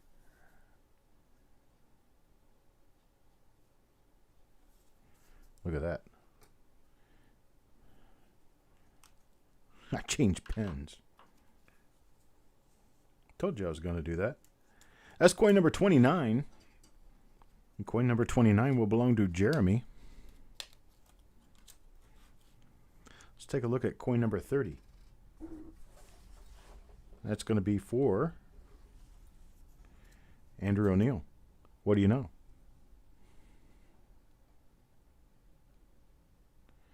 Okay, we got a few marks on this one.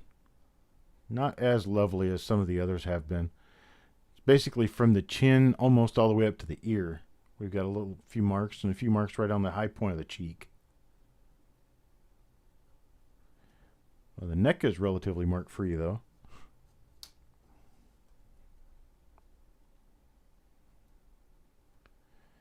And we got a big mark on the torch, right on the torch, right between the lower olive leaves and that acorn. That should be my first clue. Acorn, oak, olive goes to olives.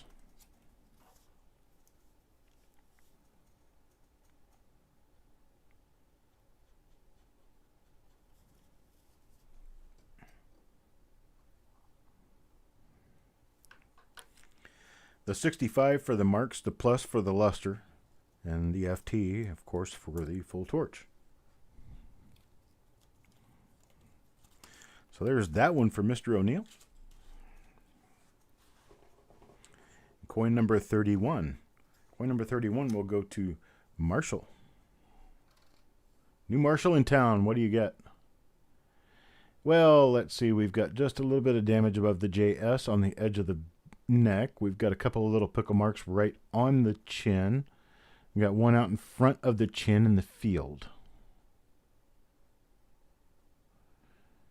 See a little spot behind the head at the rim.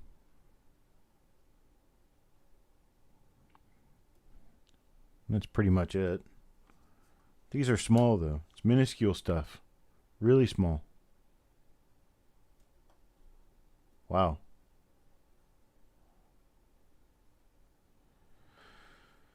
Okay.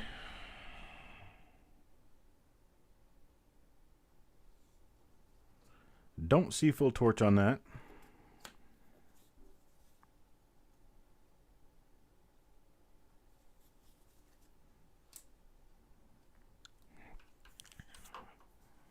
The bottom of the torch was a little weak.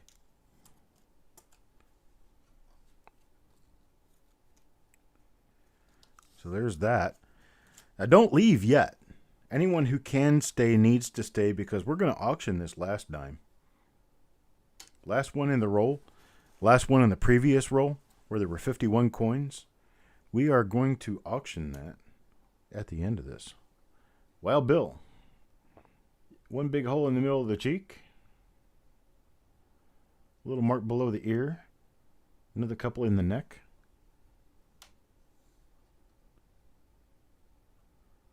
A little struck through on one of the olive leaves.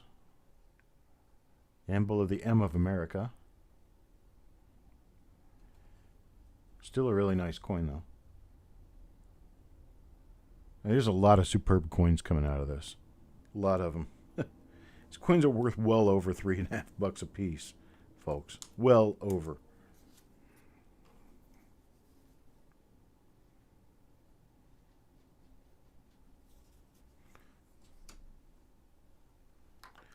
We're 66 feet on that one.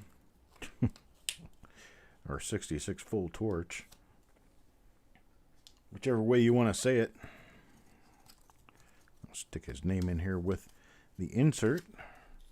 That was coin number 32. Now coin number 33 is going to belong to Ray Lungi. Let's see what Mr. Lungi gets.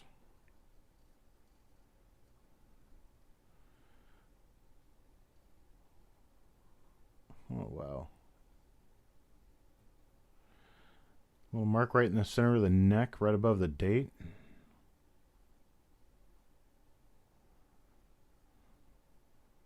I can't find anything else. Holy moly. Okay, we got a line next to the E of 1.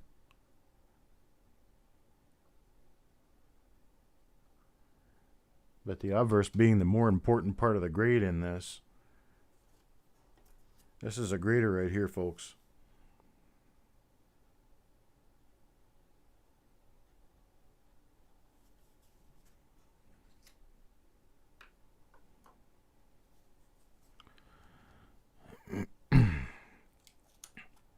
That's sweet.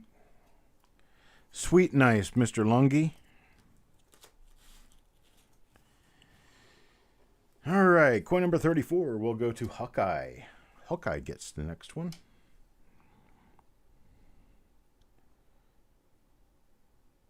Little line running up the cheek. A few little puck marks and lines in here and there on the neck. A little bit going on above the back of the head toward the rim.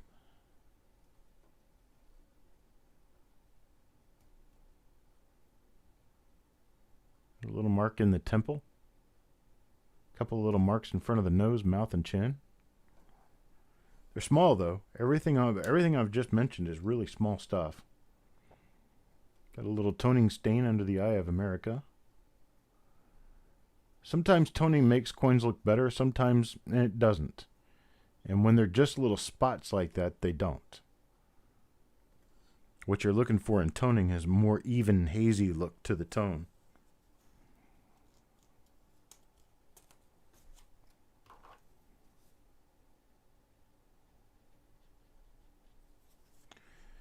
Nothing real special on that one.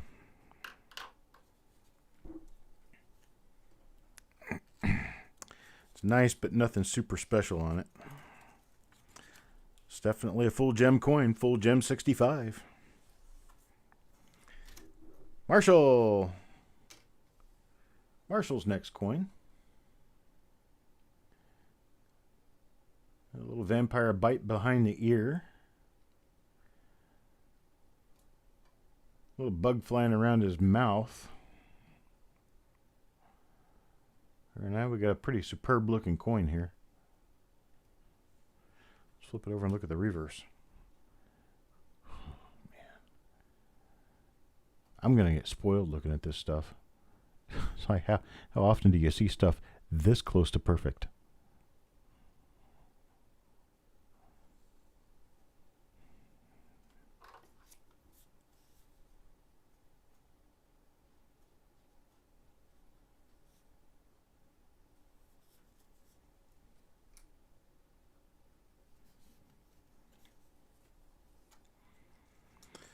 How about that, boys and girls?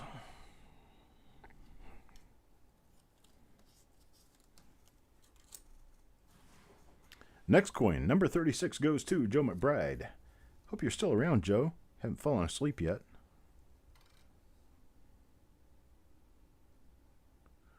A couple little marks on the back of the jawline. Boy, and that's pretty much just about it. Wow.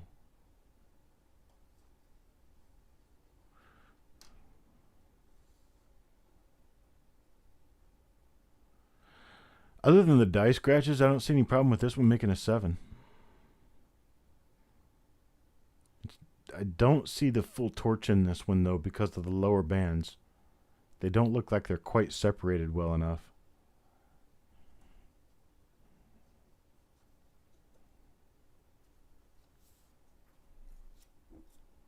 I will have to move tomorrow evening's stream. That is correct.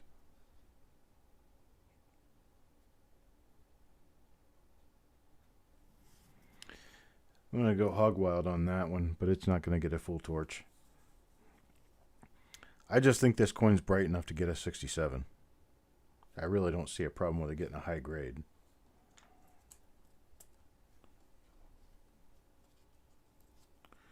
As for Joe McBride,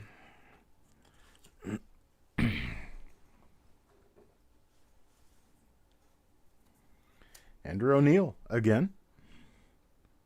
See what come up on this one. Oh, yuck. Wow.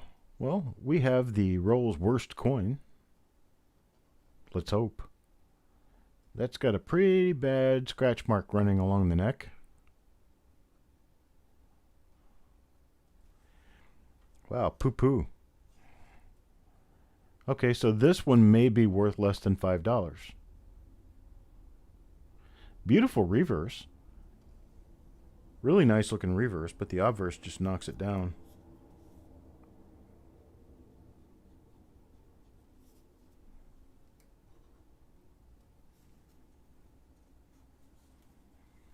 That's my grade, and I'm sticking to it. Well, Mr. O'Neill, looks like your luck didn't ride through with this one. All right, who gets number 38? Number 38 goes to James Worley.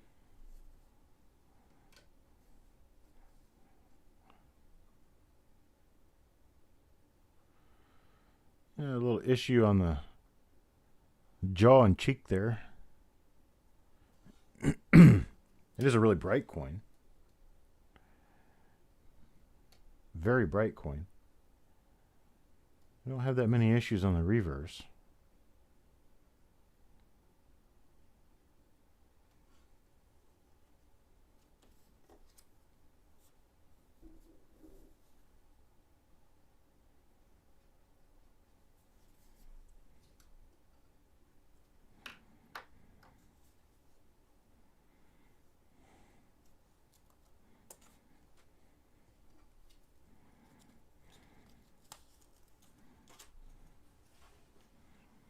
So we got for coin number 39, that's Wild Bill again. Wild Bill gets coin number 39. 40, 41, 42, 43, 44, 45, 46, 47, 48, 49, 50. I got 50 coins in this roll. Little mark on the neck. A little scratch on the neck.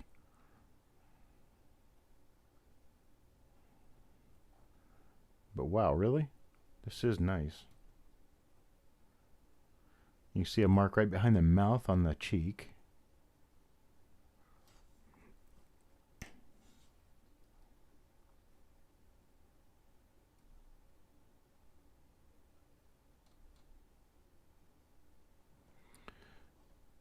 Nice coin, nice coin.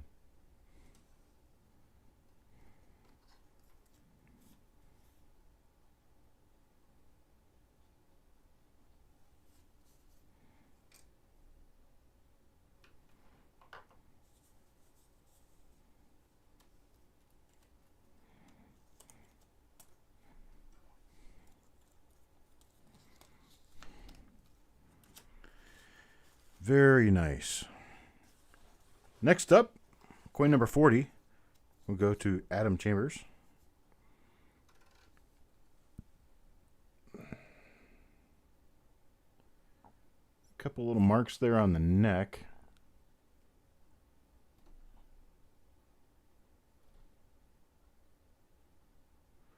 Some marks above the head.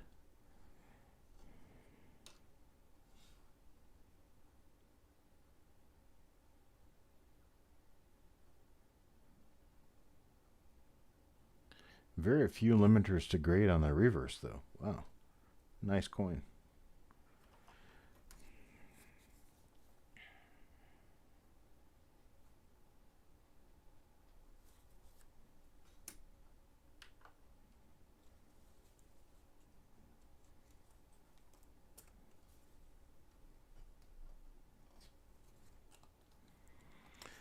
My fingers are getting tired. I've done almost 100 coins tonight. Hurlstormer.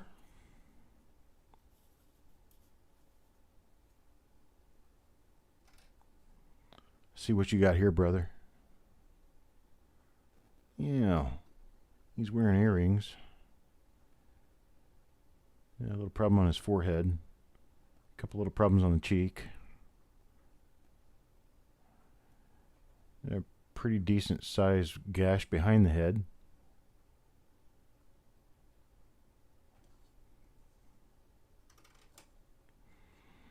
By no means is this ugly. It's definitely not an ugly coin. But it's not a grader either.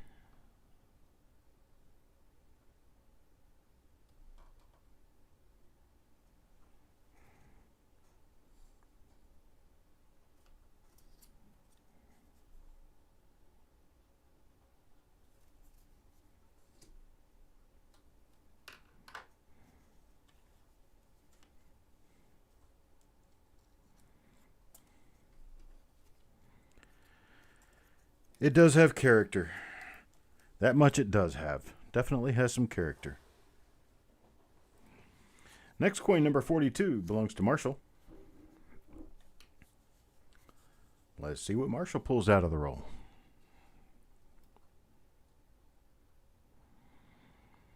He's got teardrop tattoos behind his eye. Means he's killed somebody.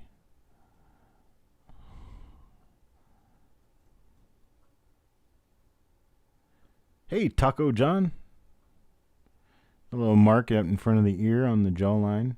A few little marks on the neck there.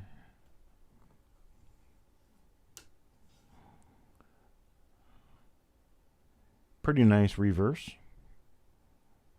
Nothing spectacular, but it's pretty nice. We got a bunch of little marks on the torch. I'll flip this back over a second and look at the obverse again. Okay.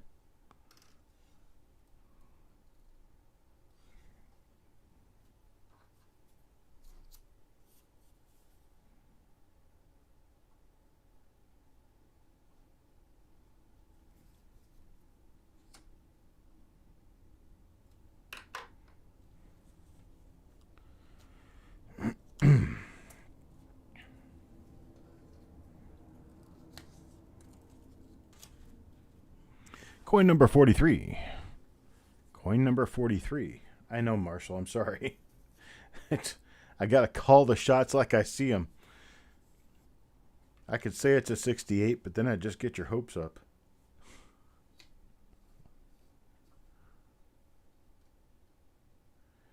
Oh, will you look at this?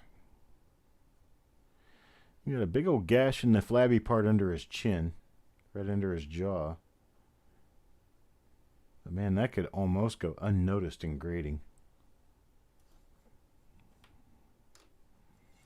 Let's see what this side looks like. And that gash in the oak in the olive leaves is not going to be missed. It's a little too large. And we got that thing right in the center of the torch. Yeah, so we're going to go a little bit lower grade on this one. I didn't completely look at the bands in the torch though. Let me look at that again.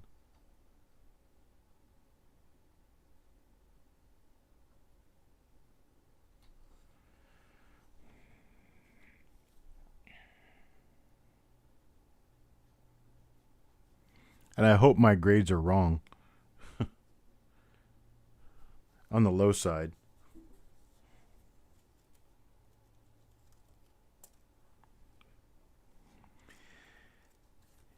And I'm not guaranteeing these grades. This is just an opinion. Just a great opinion. A grade opinion, not a great opinion. All right, here we go. Marshall again. Let's see if we can find you something nicer, brother. I'm working for you. I'm working for you. I'm doing it. What we got there? A little mark outside the 2 of the date. Holy moly.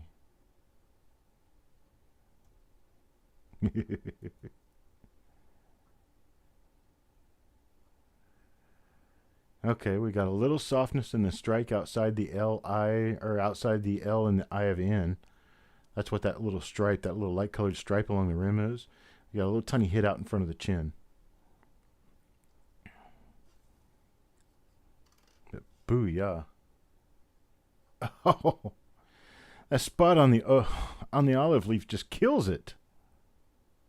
Is that shiny? Yeah, it is. It's just struck through. Never mind.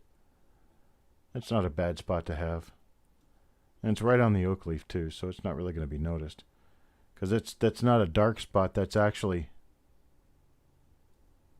I got it to shine once. There it is. So that's not a hit to the coin. That's actually struck through debris of some sort. You're lucky it's not in the field.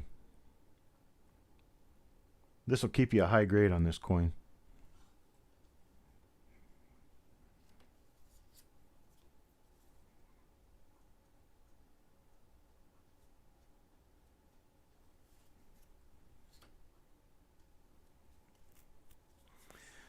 Can't do a 67 with a flaw that's noticeable. But it'll be a 66 plus. Really, really, really nice obverse. Can't be all winners. But you know the old saying. Sorry, Marshall. Sprinkles are for winners. Oh, Wild Bill gets the next one. Coin number 45. What do we see on Wild Bill's coin? Yeah, we've got a couple of hits behind the mouth. One on the front jaw area. A couple behind the head. But man, we're getting picky. Nice, nice, nice coin.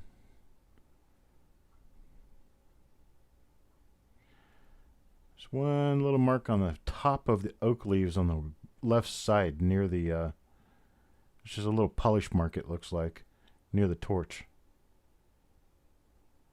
Jeez. Wow, this is sweet. Sweet, sweet, sweet.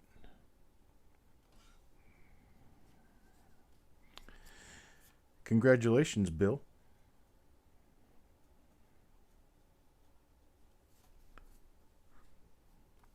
Another nice one. Another really nice one.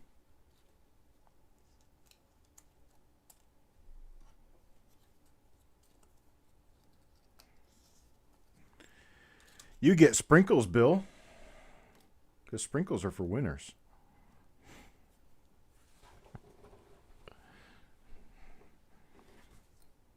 Paul Hampton. Let's see what we get on your coin. It looks like I got a couple of scratches running down the neck. See the full torch lines on the bottom, though. Just not quite enough there, I don't think.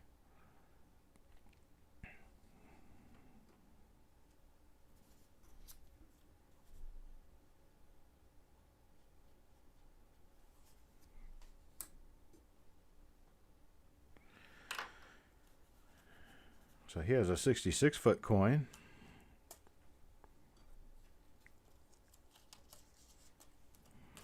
Coin number 47. Coin number 47 will be Adam. Adam will get coin number 47. What do we have? Oh. We have a few little hits from reading up above the head and a few in the middle of the hair above the ear. Those aren't going to be as noticeable as hits on the neck or in the field because it's in an area with a lot of lines. Areas with a lot of lines, little hits tend to get missed. Oh, man. This coin is just a dazzling, spectacular coin.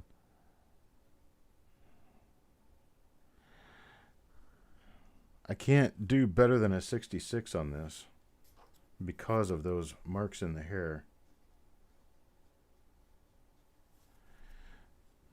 But it's there.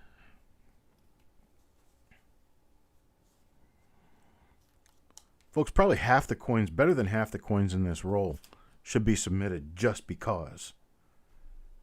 Because it doesn't make sense not to. Because if you get a 67 full torch out of this stuff, you're talking about coins that could go for good money. Really good money. I love being a part of this. I love being the beginning of this. What do I have in here? Why do I have so many names? What happened here?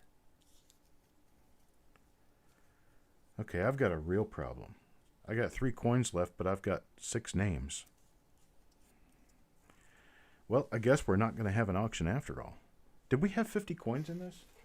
What is going on? What is my problem? Why can't I do this right? It's 23, 33, 43, and 50. And here is 1, 2, 3, 4, 5, 6, 7, 8, 9, 10, 11, 12, 13, 14, 15, 16, 17, 18, 19, 20, 21.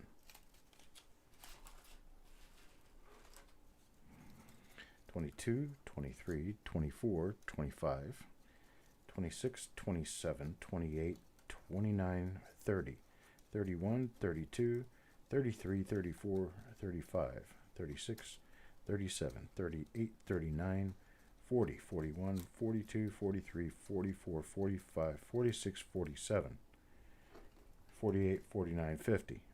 Got 3 more names there. I got 3 more coins, but I've got 6 names in my bag. I must have overdone it with the names in the bag. So what I'm going to have to do is go back and do a review of how many coins different people got. And then from the end of the roll back, I'll have to take coins away from some people and give them to other people because we got too many names. There's Mr. Dowdle. Mr. Dowdle, at the moment, appears to be getting coin number 48. On this one, we have a little bit of chatter on the neck, a little chatter on the chin, a little bit out in front of the forehead. It's also kind of just a slight bit hazy looking. It's not as lustrous as some of the other coins in the roll have been.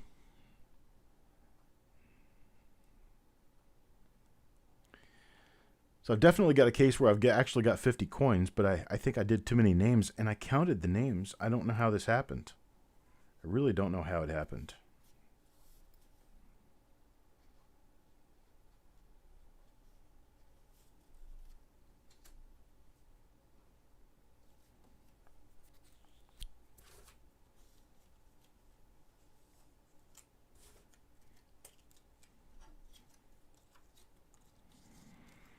All right, on to coin number 49. I'm going to have to shift names, but that doesn't mean that we're not going to do the auction coin, because we know it's an extra coin. I mean, there were 51 coins in that roll. And there's 50 coins in this roll. I just got too many names that I'm drawing from. Joe McBride.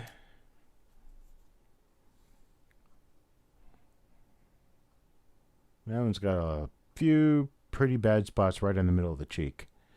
That's exactly where you don't want to have marks on a coin you want to grade. Exactly where you don't want them. And right in the center of the torch.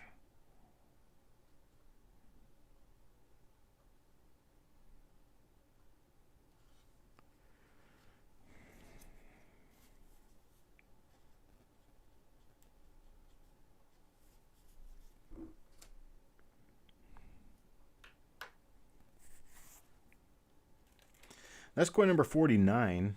It's next to the last coin I have before I auction the extra coin in the roll.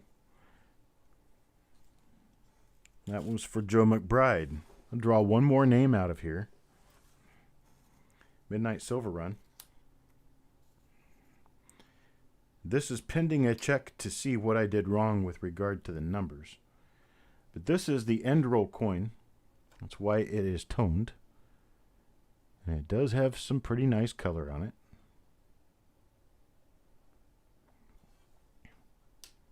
The reverse was facing inward. It doesn't have any toning.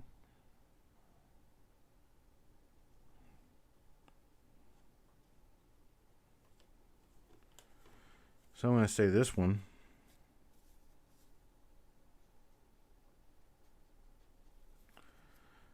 The toning is not quite even enough for it to get a better grade because of eye appeal. And there's enough marks on it for a 65.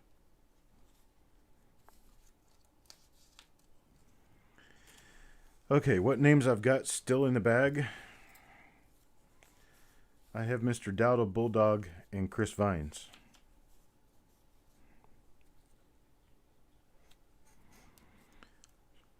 Let's see what I did wrong here. Joe, you say you got 4? There's 1. There's 2.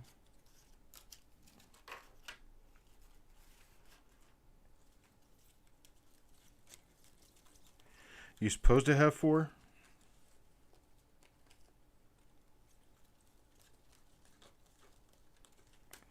I'll figure it out later. There's no sense in trying to count through everything for everybody here. We may as well just get this done. I'll email everyone through the bulk list email and let you know what happened. But one of these 3 names could belong to another coin that's in here. There could be coins in here that don't belong to the people that I said they belong to simply because I wrote their names down too many times or something. I'll figure this out. I'll get it all figured out. But I'll keep these 3 names out here. And so what we'll do at this point is I'm going to show you this coin and give you guys an opportunity to start bidding on it. We're going to start the bidding at $1. There you go. Oh, let me stick this right side up here. That's got some really pretty color. I'm going to start the bidding at $1 on this. Beautiful little dime.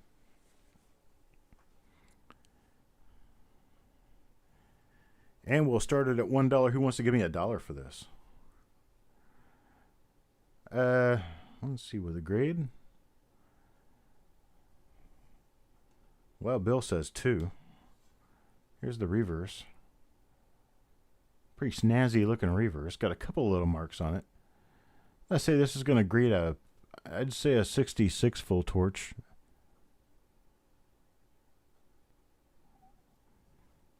Bulldog bids 4 to take it.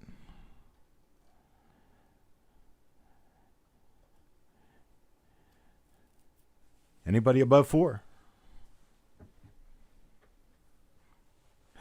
Yeah, you guys just got your mouths full of dimes, and here I'm throwing one out there for you.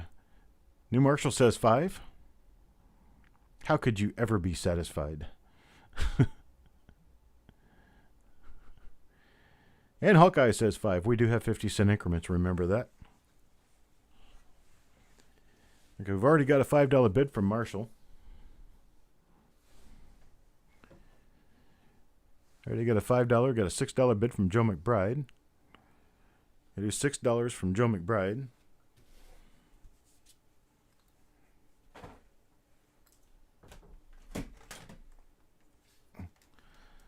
$6.50 from Bulldog.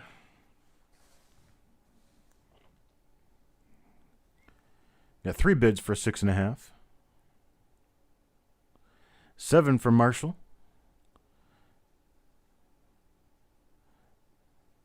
Now 2 bids for $7. Marshall bids 7's high bid right now. Hawkeye bids 8.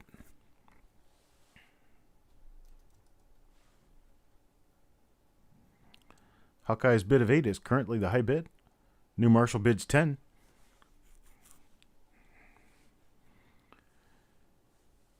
You only get 4 tone dimes in 2 rolls. That makes this one kind of special. It was also facing out, which makes it really nice, because then you get the toning on the obverse. So New Marshall bids 10.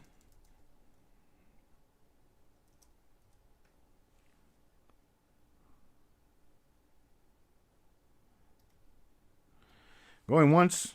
$10 going once.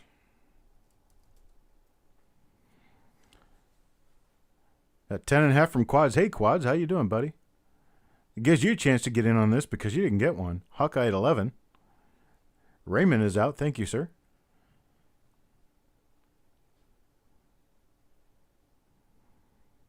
Wild Bill going to go out and have a smoke. New Marshall's out. Hawkeye's at $11. Quads is out at 10.5.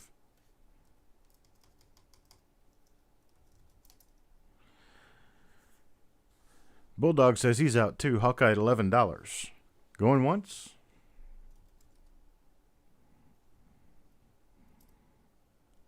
And twice.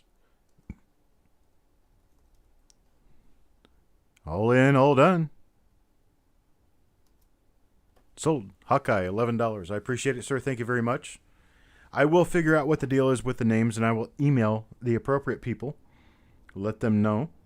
I'll put this in a flip right now. Put Hawkeye's name with it.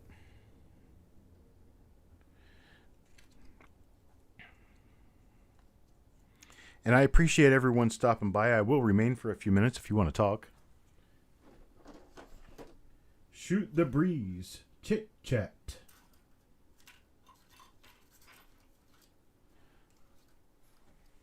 But I will be here for a little while. Let me show you something else that we got coming up.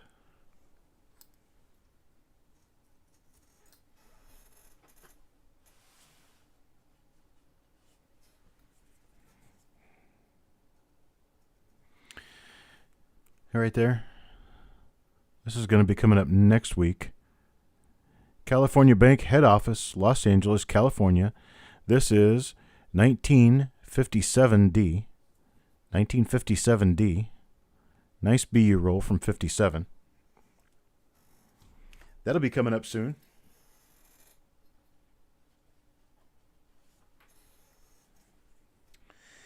We also have this nice little gemmy roll. This one comes from the Security First. Come on, focus.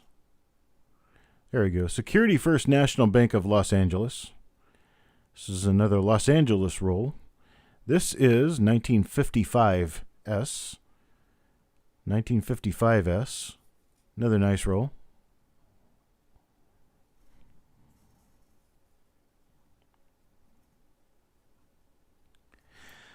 Quads, if, let's say, half of these dimes go in for grading, probably half of those will come back with nice, acceptable grades because they're just like that.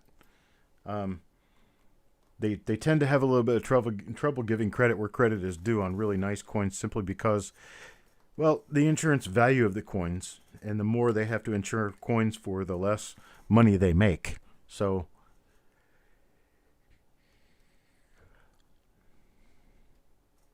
well, thank you, sissy.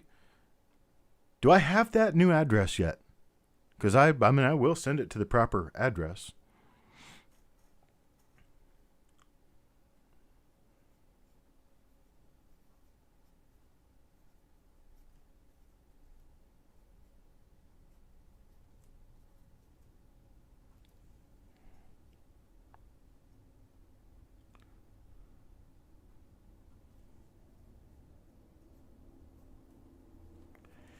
I'm going to have to figure out what's going on with the rest of these.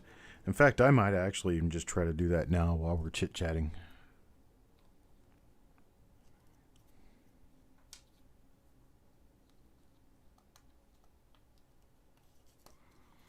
Okay, I'll go back and look at it.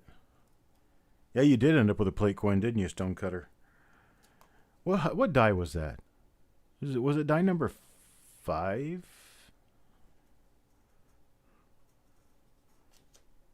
I think it was die number 5. Okay, let me sort these out. See what I did here. Wild Bill, Longy, Hawkeye, Marshall, McBride, O'Neill, James W, Wild Bill, Adam C, Hurlstormer, Marshall, Hawkeye, Marshall, Wild Bill, Paul Hampton, Adam C, J Dowdle, Joe McBride again, Midnight. I've obviously done this once or twice. Jeremy, Midnight. James W. Andrew O'Neill. Hawkeye. Andrew O'Neill. Benjamin Marler, that's his 1 coin. Paul Hampton. Hurlstormer. Thought I had him out here already. I did. Hurlstormer, Greg McCoy, Bulldog. Marshall, Bulldog. Fletcher, Wild Bill, Bulldog. Andrew O'Neill. Hurlstormer. Chin, chin, chin, chin. Jeremy. I had Jeremy's name out here. Yep. Andrew O'Neill. Marshall.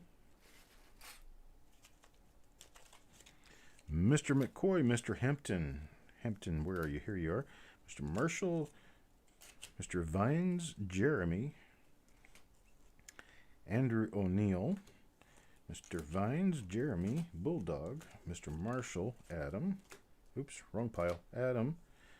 Hurlstormer, James W. again. Adam. Oh, there, that's what happened to him. Mr. McCoy, Mr. Lungy. Oh, Lungy is right here. Mr. O'Neill up here. Adam. Hawkeye. Hurlstormer. Mr. Dowdle. Andrew O'Neill. I'm getting there. We'll figure it out.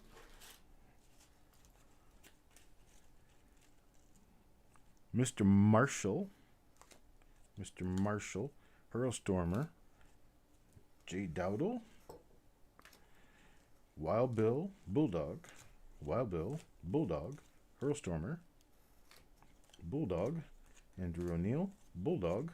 Jeremy. Hawkeye. Paul Hampton. Fletcher. J. Dowdle. Lungy. The thing I didn't really understand is I counted the names, and I had the right number of names. Then I had the right number of coins. I had an extra coin in one roll. And I know I had 50 coins per roll. I've checked that twice now. Bulldog, Mr. Dunn. Marshall, Wild Bill, James W. Hawkeye, Mr. McBride. Midnight Silver Run, Mr. Vines. Wild Bill. I got 8 more coins. Hawkeye. James W. Andrew O'Neill. Andrew O'Neill got a freebie. That was the... that's one of the 50. That's right, because there was one spot that wasn't paid for. Hurlstormer, C. Vines, Wild Bill, and Hurlstormer.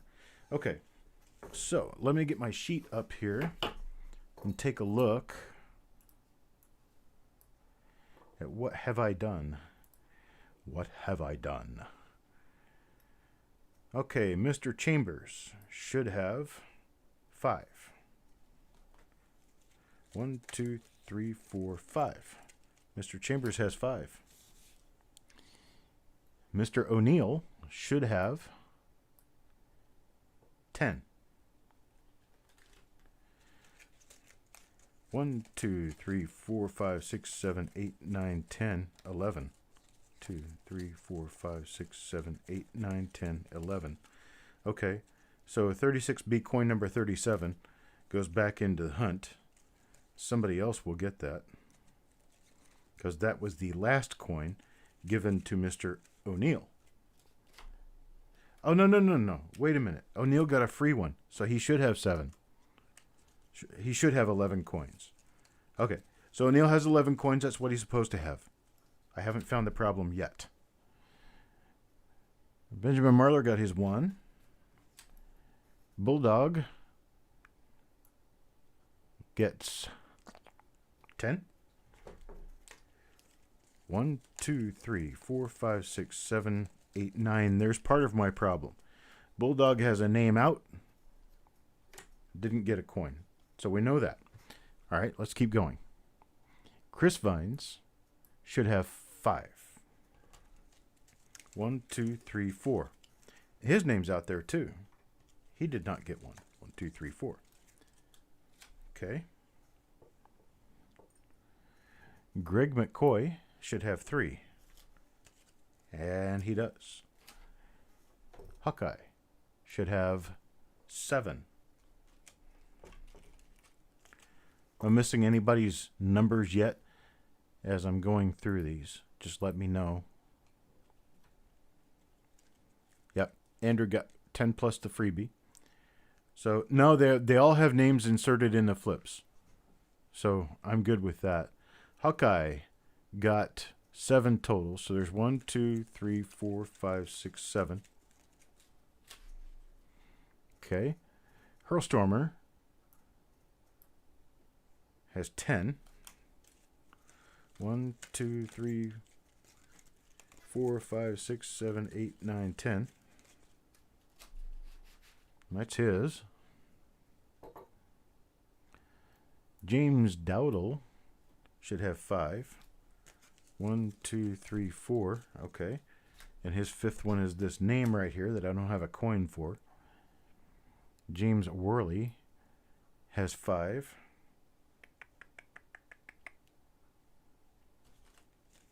One, 2, 3, 4, 5. I think I may have oversold spots. How could that happen? Jeff Dunn gets his 1.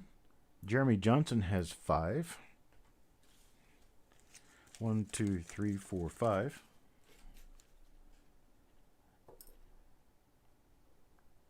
Jim Fletcher gets 2. Yeah, this is a forensic examination, huh? Okay, it's an investigation. Who killed the extra spots? Joe McBride should have 3. Where are you? Okay, Joe McBride's got 3. Midnight should have 3. There's his 3. Right there. New Marshall should have 10.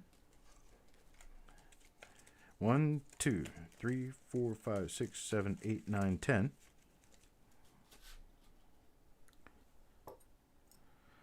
Paul Hampton should have 4. 1, 2, 3, 4. Okay, there's Andrew O'Neill's extra one that was not paid for. So Raymond Lungy should have 3. 1, 2, 3. And Wild Bill. Wild Bill should have 7. 1, 2, 3, 4, 5, 6, 7. I gave him 10. There's my problem. There's my other 3 names. Very last one I pick up on, I gave him 10 and he should have had 7. So I've got to take his last 3 coins away, which will be 36A, 36A, 36A, 36B, 45, 32, 39, and 45. 32, 39, and 45 are going to be redrawn. Now at least we know what the problem was. I gave him 10 spots and he only paid for 7. We're going to put our 3 names back here. Let me get this. Better than programming them on a regular TV. That's right. And better than regular TV. So what we're going to do is we're going to pull Wild Bill's name out of these. He loses a 67 full torch. Well, he doesn't really lose anything because I drew extra for him. There's a 66 full torch and a 66 full torch. So a 66, 2 66s and a 67. All full torch coins. Let me get this keyboard out of the way here. Gotta move all this stuff up. There's the 3 names I have to pick from. Here's the 3 coins they get. So I'll take these and put them back in the bag. And I pick the first one. Goes to Mr. Vines. The second one go to Bulldog. And the third one will go to the name that's left, which is Mr. Dowdle. That's how we resolve these problems, folks. So Mr. Vines gets a 67 full torch.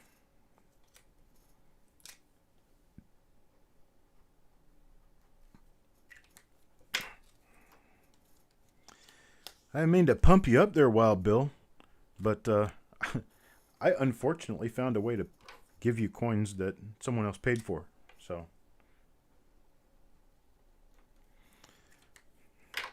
Bulldog gets a 66 full torch.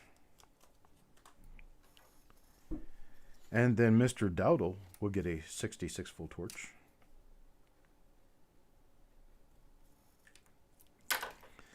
That's the way it should be. There we go. Solved that problem.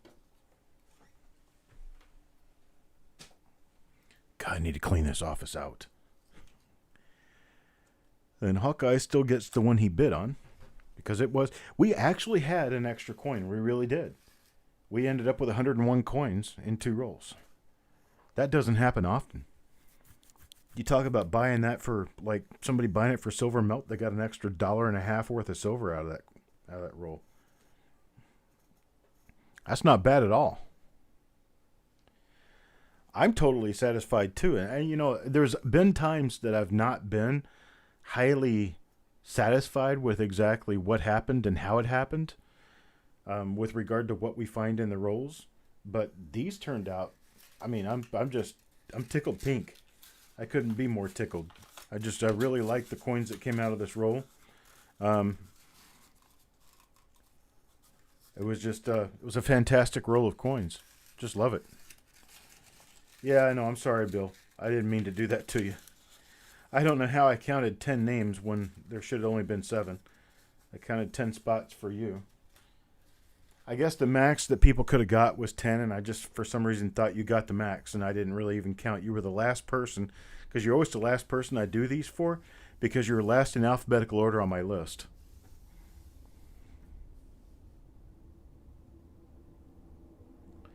If it grades 67 plus or better, you'll fly here and take me to dinner. How about if we just meet at a really big show? You can just fly me to a big show.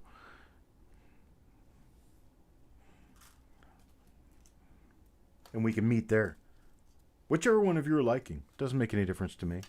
So here's the update on these.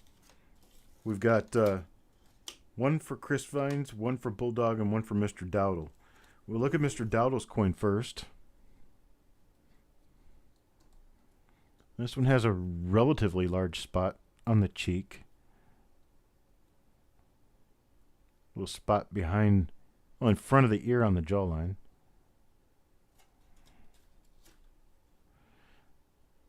Matter your choice, brother. There is no toning on this. See what happens with the plastic when I turn the coin? the plastic actually changes color because of the polarization of the light. So don't pay any attention to that color that comes up on this coin as I turn it. It is not actual color. That's a pretty coin. What did I give this? 66 full torch? Yep. At least I'm consistent. Chris Vines. Chris Vines ends up with the 67 full torch. And again, that's the plastic reflecting the color. It isn't actually color on the coin.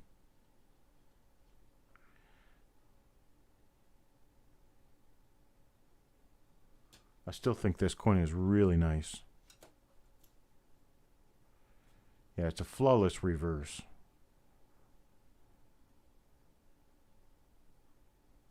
I mean, near flawless here. Motley Crue, Poison, Def Leppard, Joan Jett playing in Charlotte this summer. Ha! I didn't know that. This one's Bulldogs. 66 full torch. Real nice. Real nice. Sweet. I'm glad everybody got pretty coins out of this. I'm almost a little bit jelly sometimes that, you know, you guys are getting the really nice coins and I'm letting go of them. But I, you know, for the percentage of good to bad, I'm doing fine. You guys are keeping me fed and I'm keeping you full of really nice coins. It's a heck of a relationship. I love it that way. At the stadium, you mean at where the Carolina Panthers play? That'd be something else to go to a concert like that.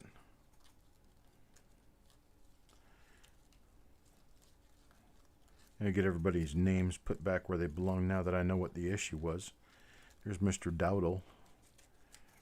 Yeah, now has all of his coins. Well, these are ready to ship. I'll look through them again real quick to see if I can see any high grade or any double dies. But here's the deal on that. There really aren't any double dies known for the 1962 dime in mint state. They're all on proof coins. So I'll look through these, but I kind of doubt it. Good night, Mr. Vines. You have a great night.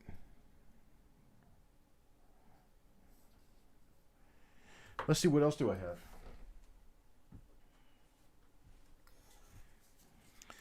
Let's see, what year was this one? 1950, Denver. 1950, Denver. We're going to be running that roll. Good night, Sissy. Are you leaving, Sissy? Good night.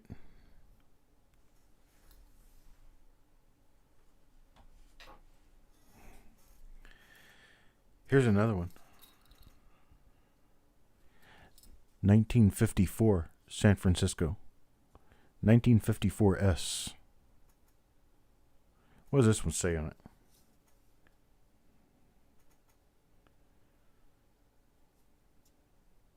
Something company. It's hard to read. Oh, here it is. Portland branch, the Federal Reserve Bank of San Francisco. Portland, Oregon. Come on, focus. Focus. It won't focus. It's too dark. I can't read this dark red roll. But this is a 1954S. This one's got cardboard stuffed at one end and coins on the other end. So we're going to be doing that one too. Let's see, here's another pretty roll. What's this one? There's another 57D. This one's from the Federal Reserve Bank of Chicago. 1957D.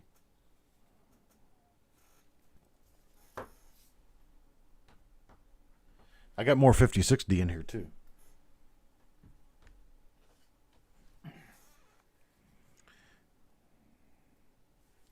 57D.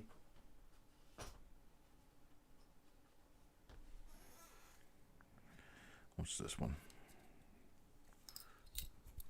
Let's see what this is. This is a 54 plane. 1954 plane. Let's see. What else do we have here?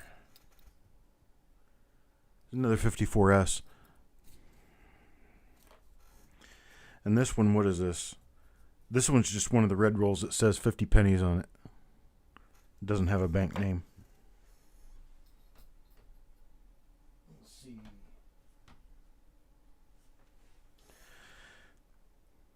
$1955 Denver. It says $9.35 on it. I implore you to try to find a roll for $9.35. This is the Seattle branch. Come on. Pick it up. There it is. Seattle branch of the Federal Reserve Bank of San Francisco. This is 1955 Denver.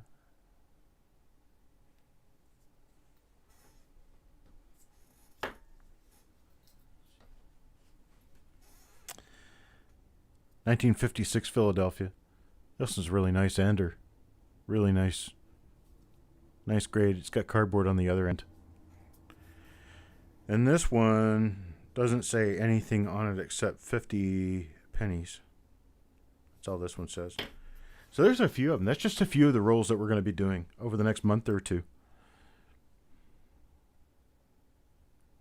Roll of 73D from Cleveland.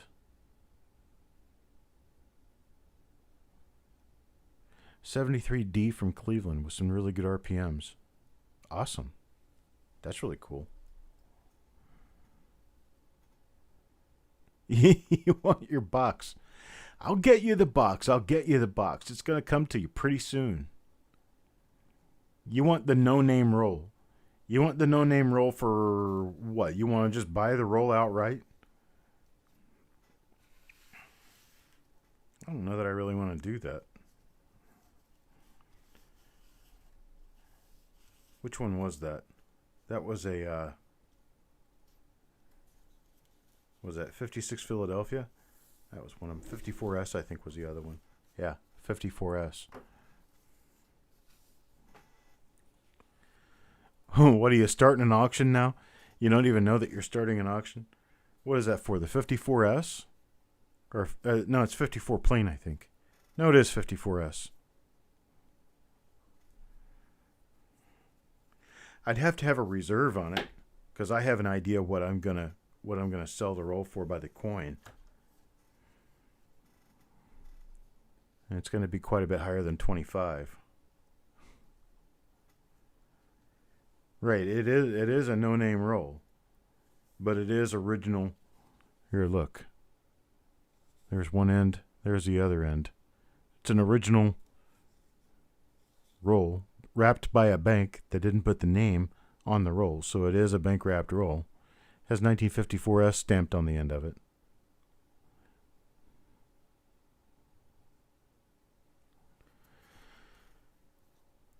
You guys really think I'm just going to let this go? I never even said to start bidding.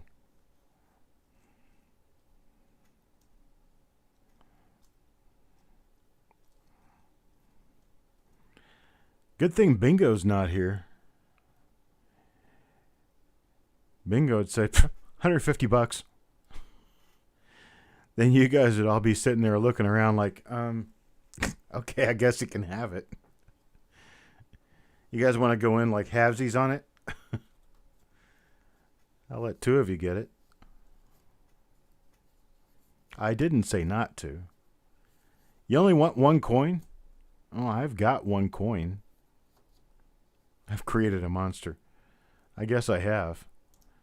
What do we got? $65 bid? No, I can't do that.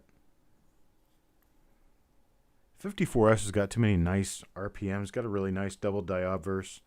There's too many nice things that can come out of a 54S roll.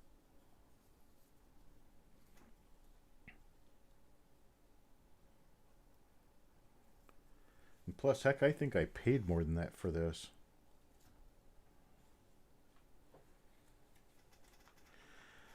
Original bank wrapped rolls are not easy to come by.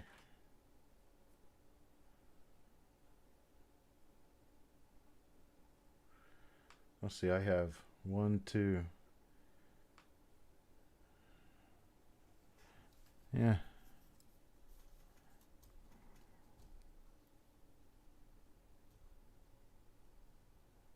$5 a coin?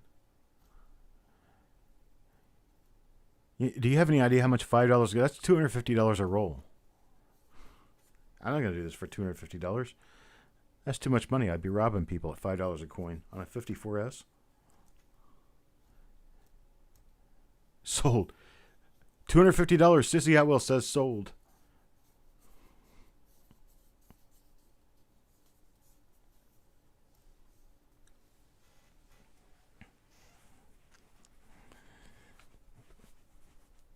I'd rather spread the wealth on these. What if you pay it? Well, yeah, I understand, but that's like, I don't know. A 54S roll, this 54S roll, I'd probably go, I'm going to say $3 a coin on a 54S.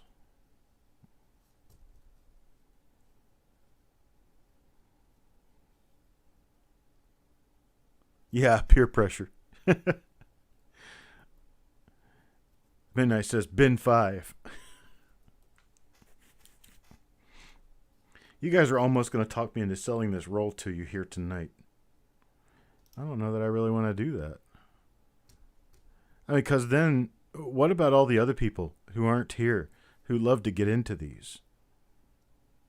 What, the one that says 50... What do you mean, which one that says 50 coins? Sissy's lagging. Stonecutter says he wants 5.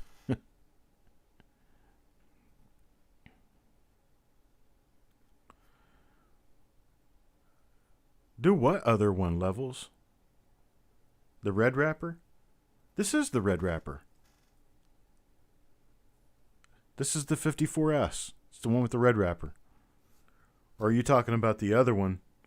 What, this one that just says 50 pennies? No, wait a minute. This is Chicago. That's Fed wrapped. This one's Portland, Oregon. I have another one that didn't have a bank name. This is California Bank Head Office. This one says something on it, but I'm not sure what it is. It's this roll, though. This is one you're talking about, isn't it? This is a 1956 Philadelphia.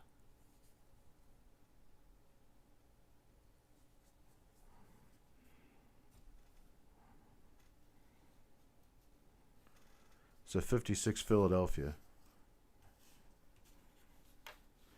56 Philadelphia isn't that well known for having varieties, though. I mean, there might be a couple of little double die obverses, and there's one nice Class 6 double die reverse, but other than that, I don't really know of a whole lot.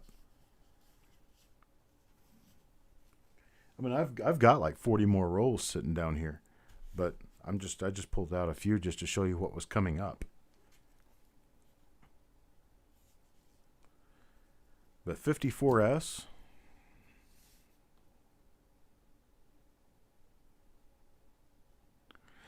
Yeah, we got nickels coming up tomorrow. I've pulled out a couple of 57D rolls, but they weren't. That's a 55S. Let's see. This is National Bank and Trust Company of Chicago. And this one I think was... This is 1950D.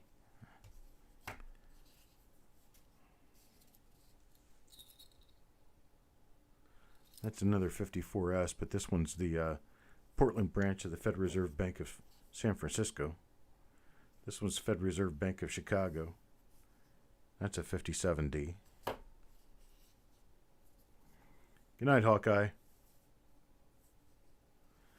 This is a 54 Philadelphia roll, but it's the United States National Bank, Portland, Oregon. Then a 55D, that's Seattle branch of the Federal Reserve Bank of San Francisco. I only had two that didn't obviously have bank names on them. This one doesn't have anything on it, and this one's too dark to read.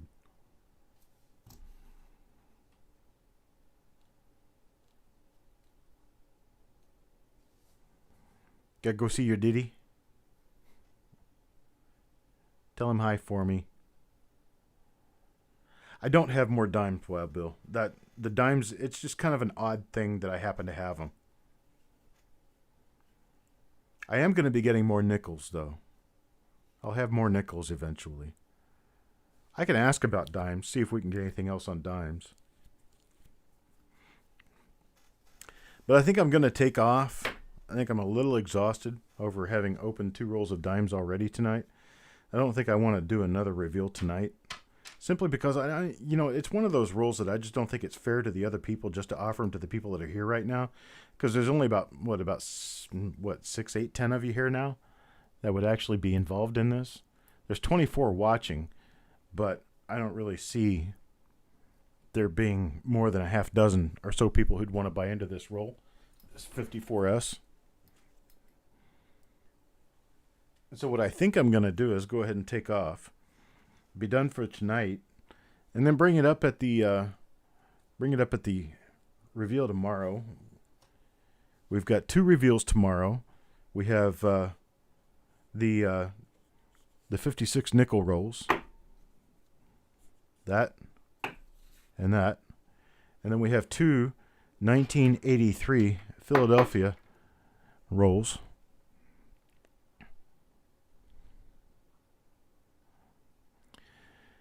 So you guys be well. Have a good night. Take care of yourselves. Love and peace to everyone. I'll see you tomorrow. Okay?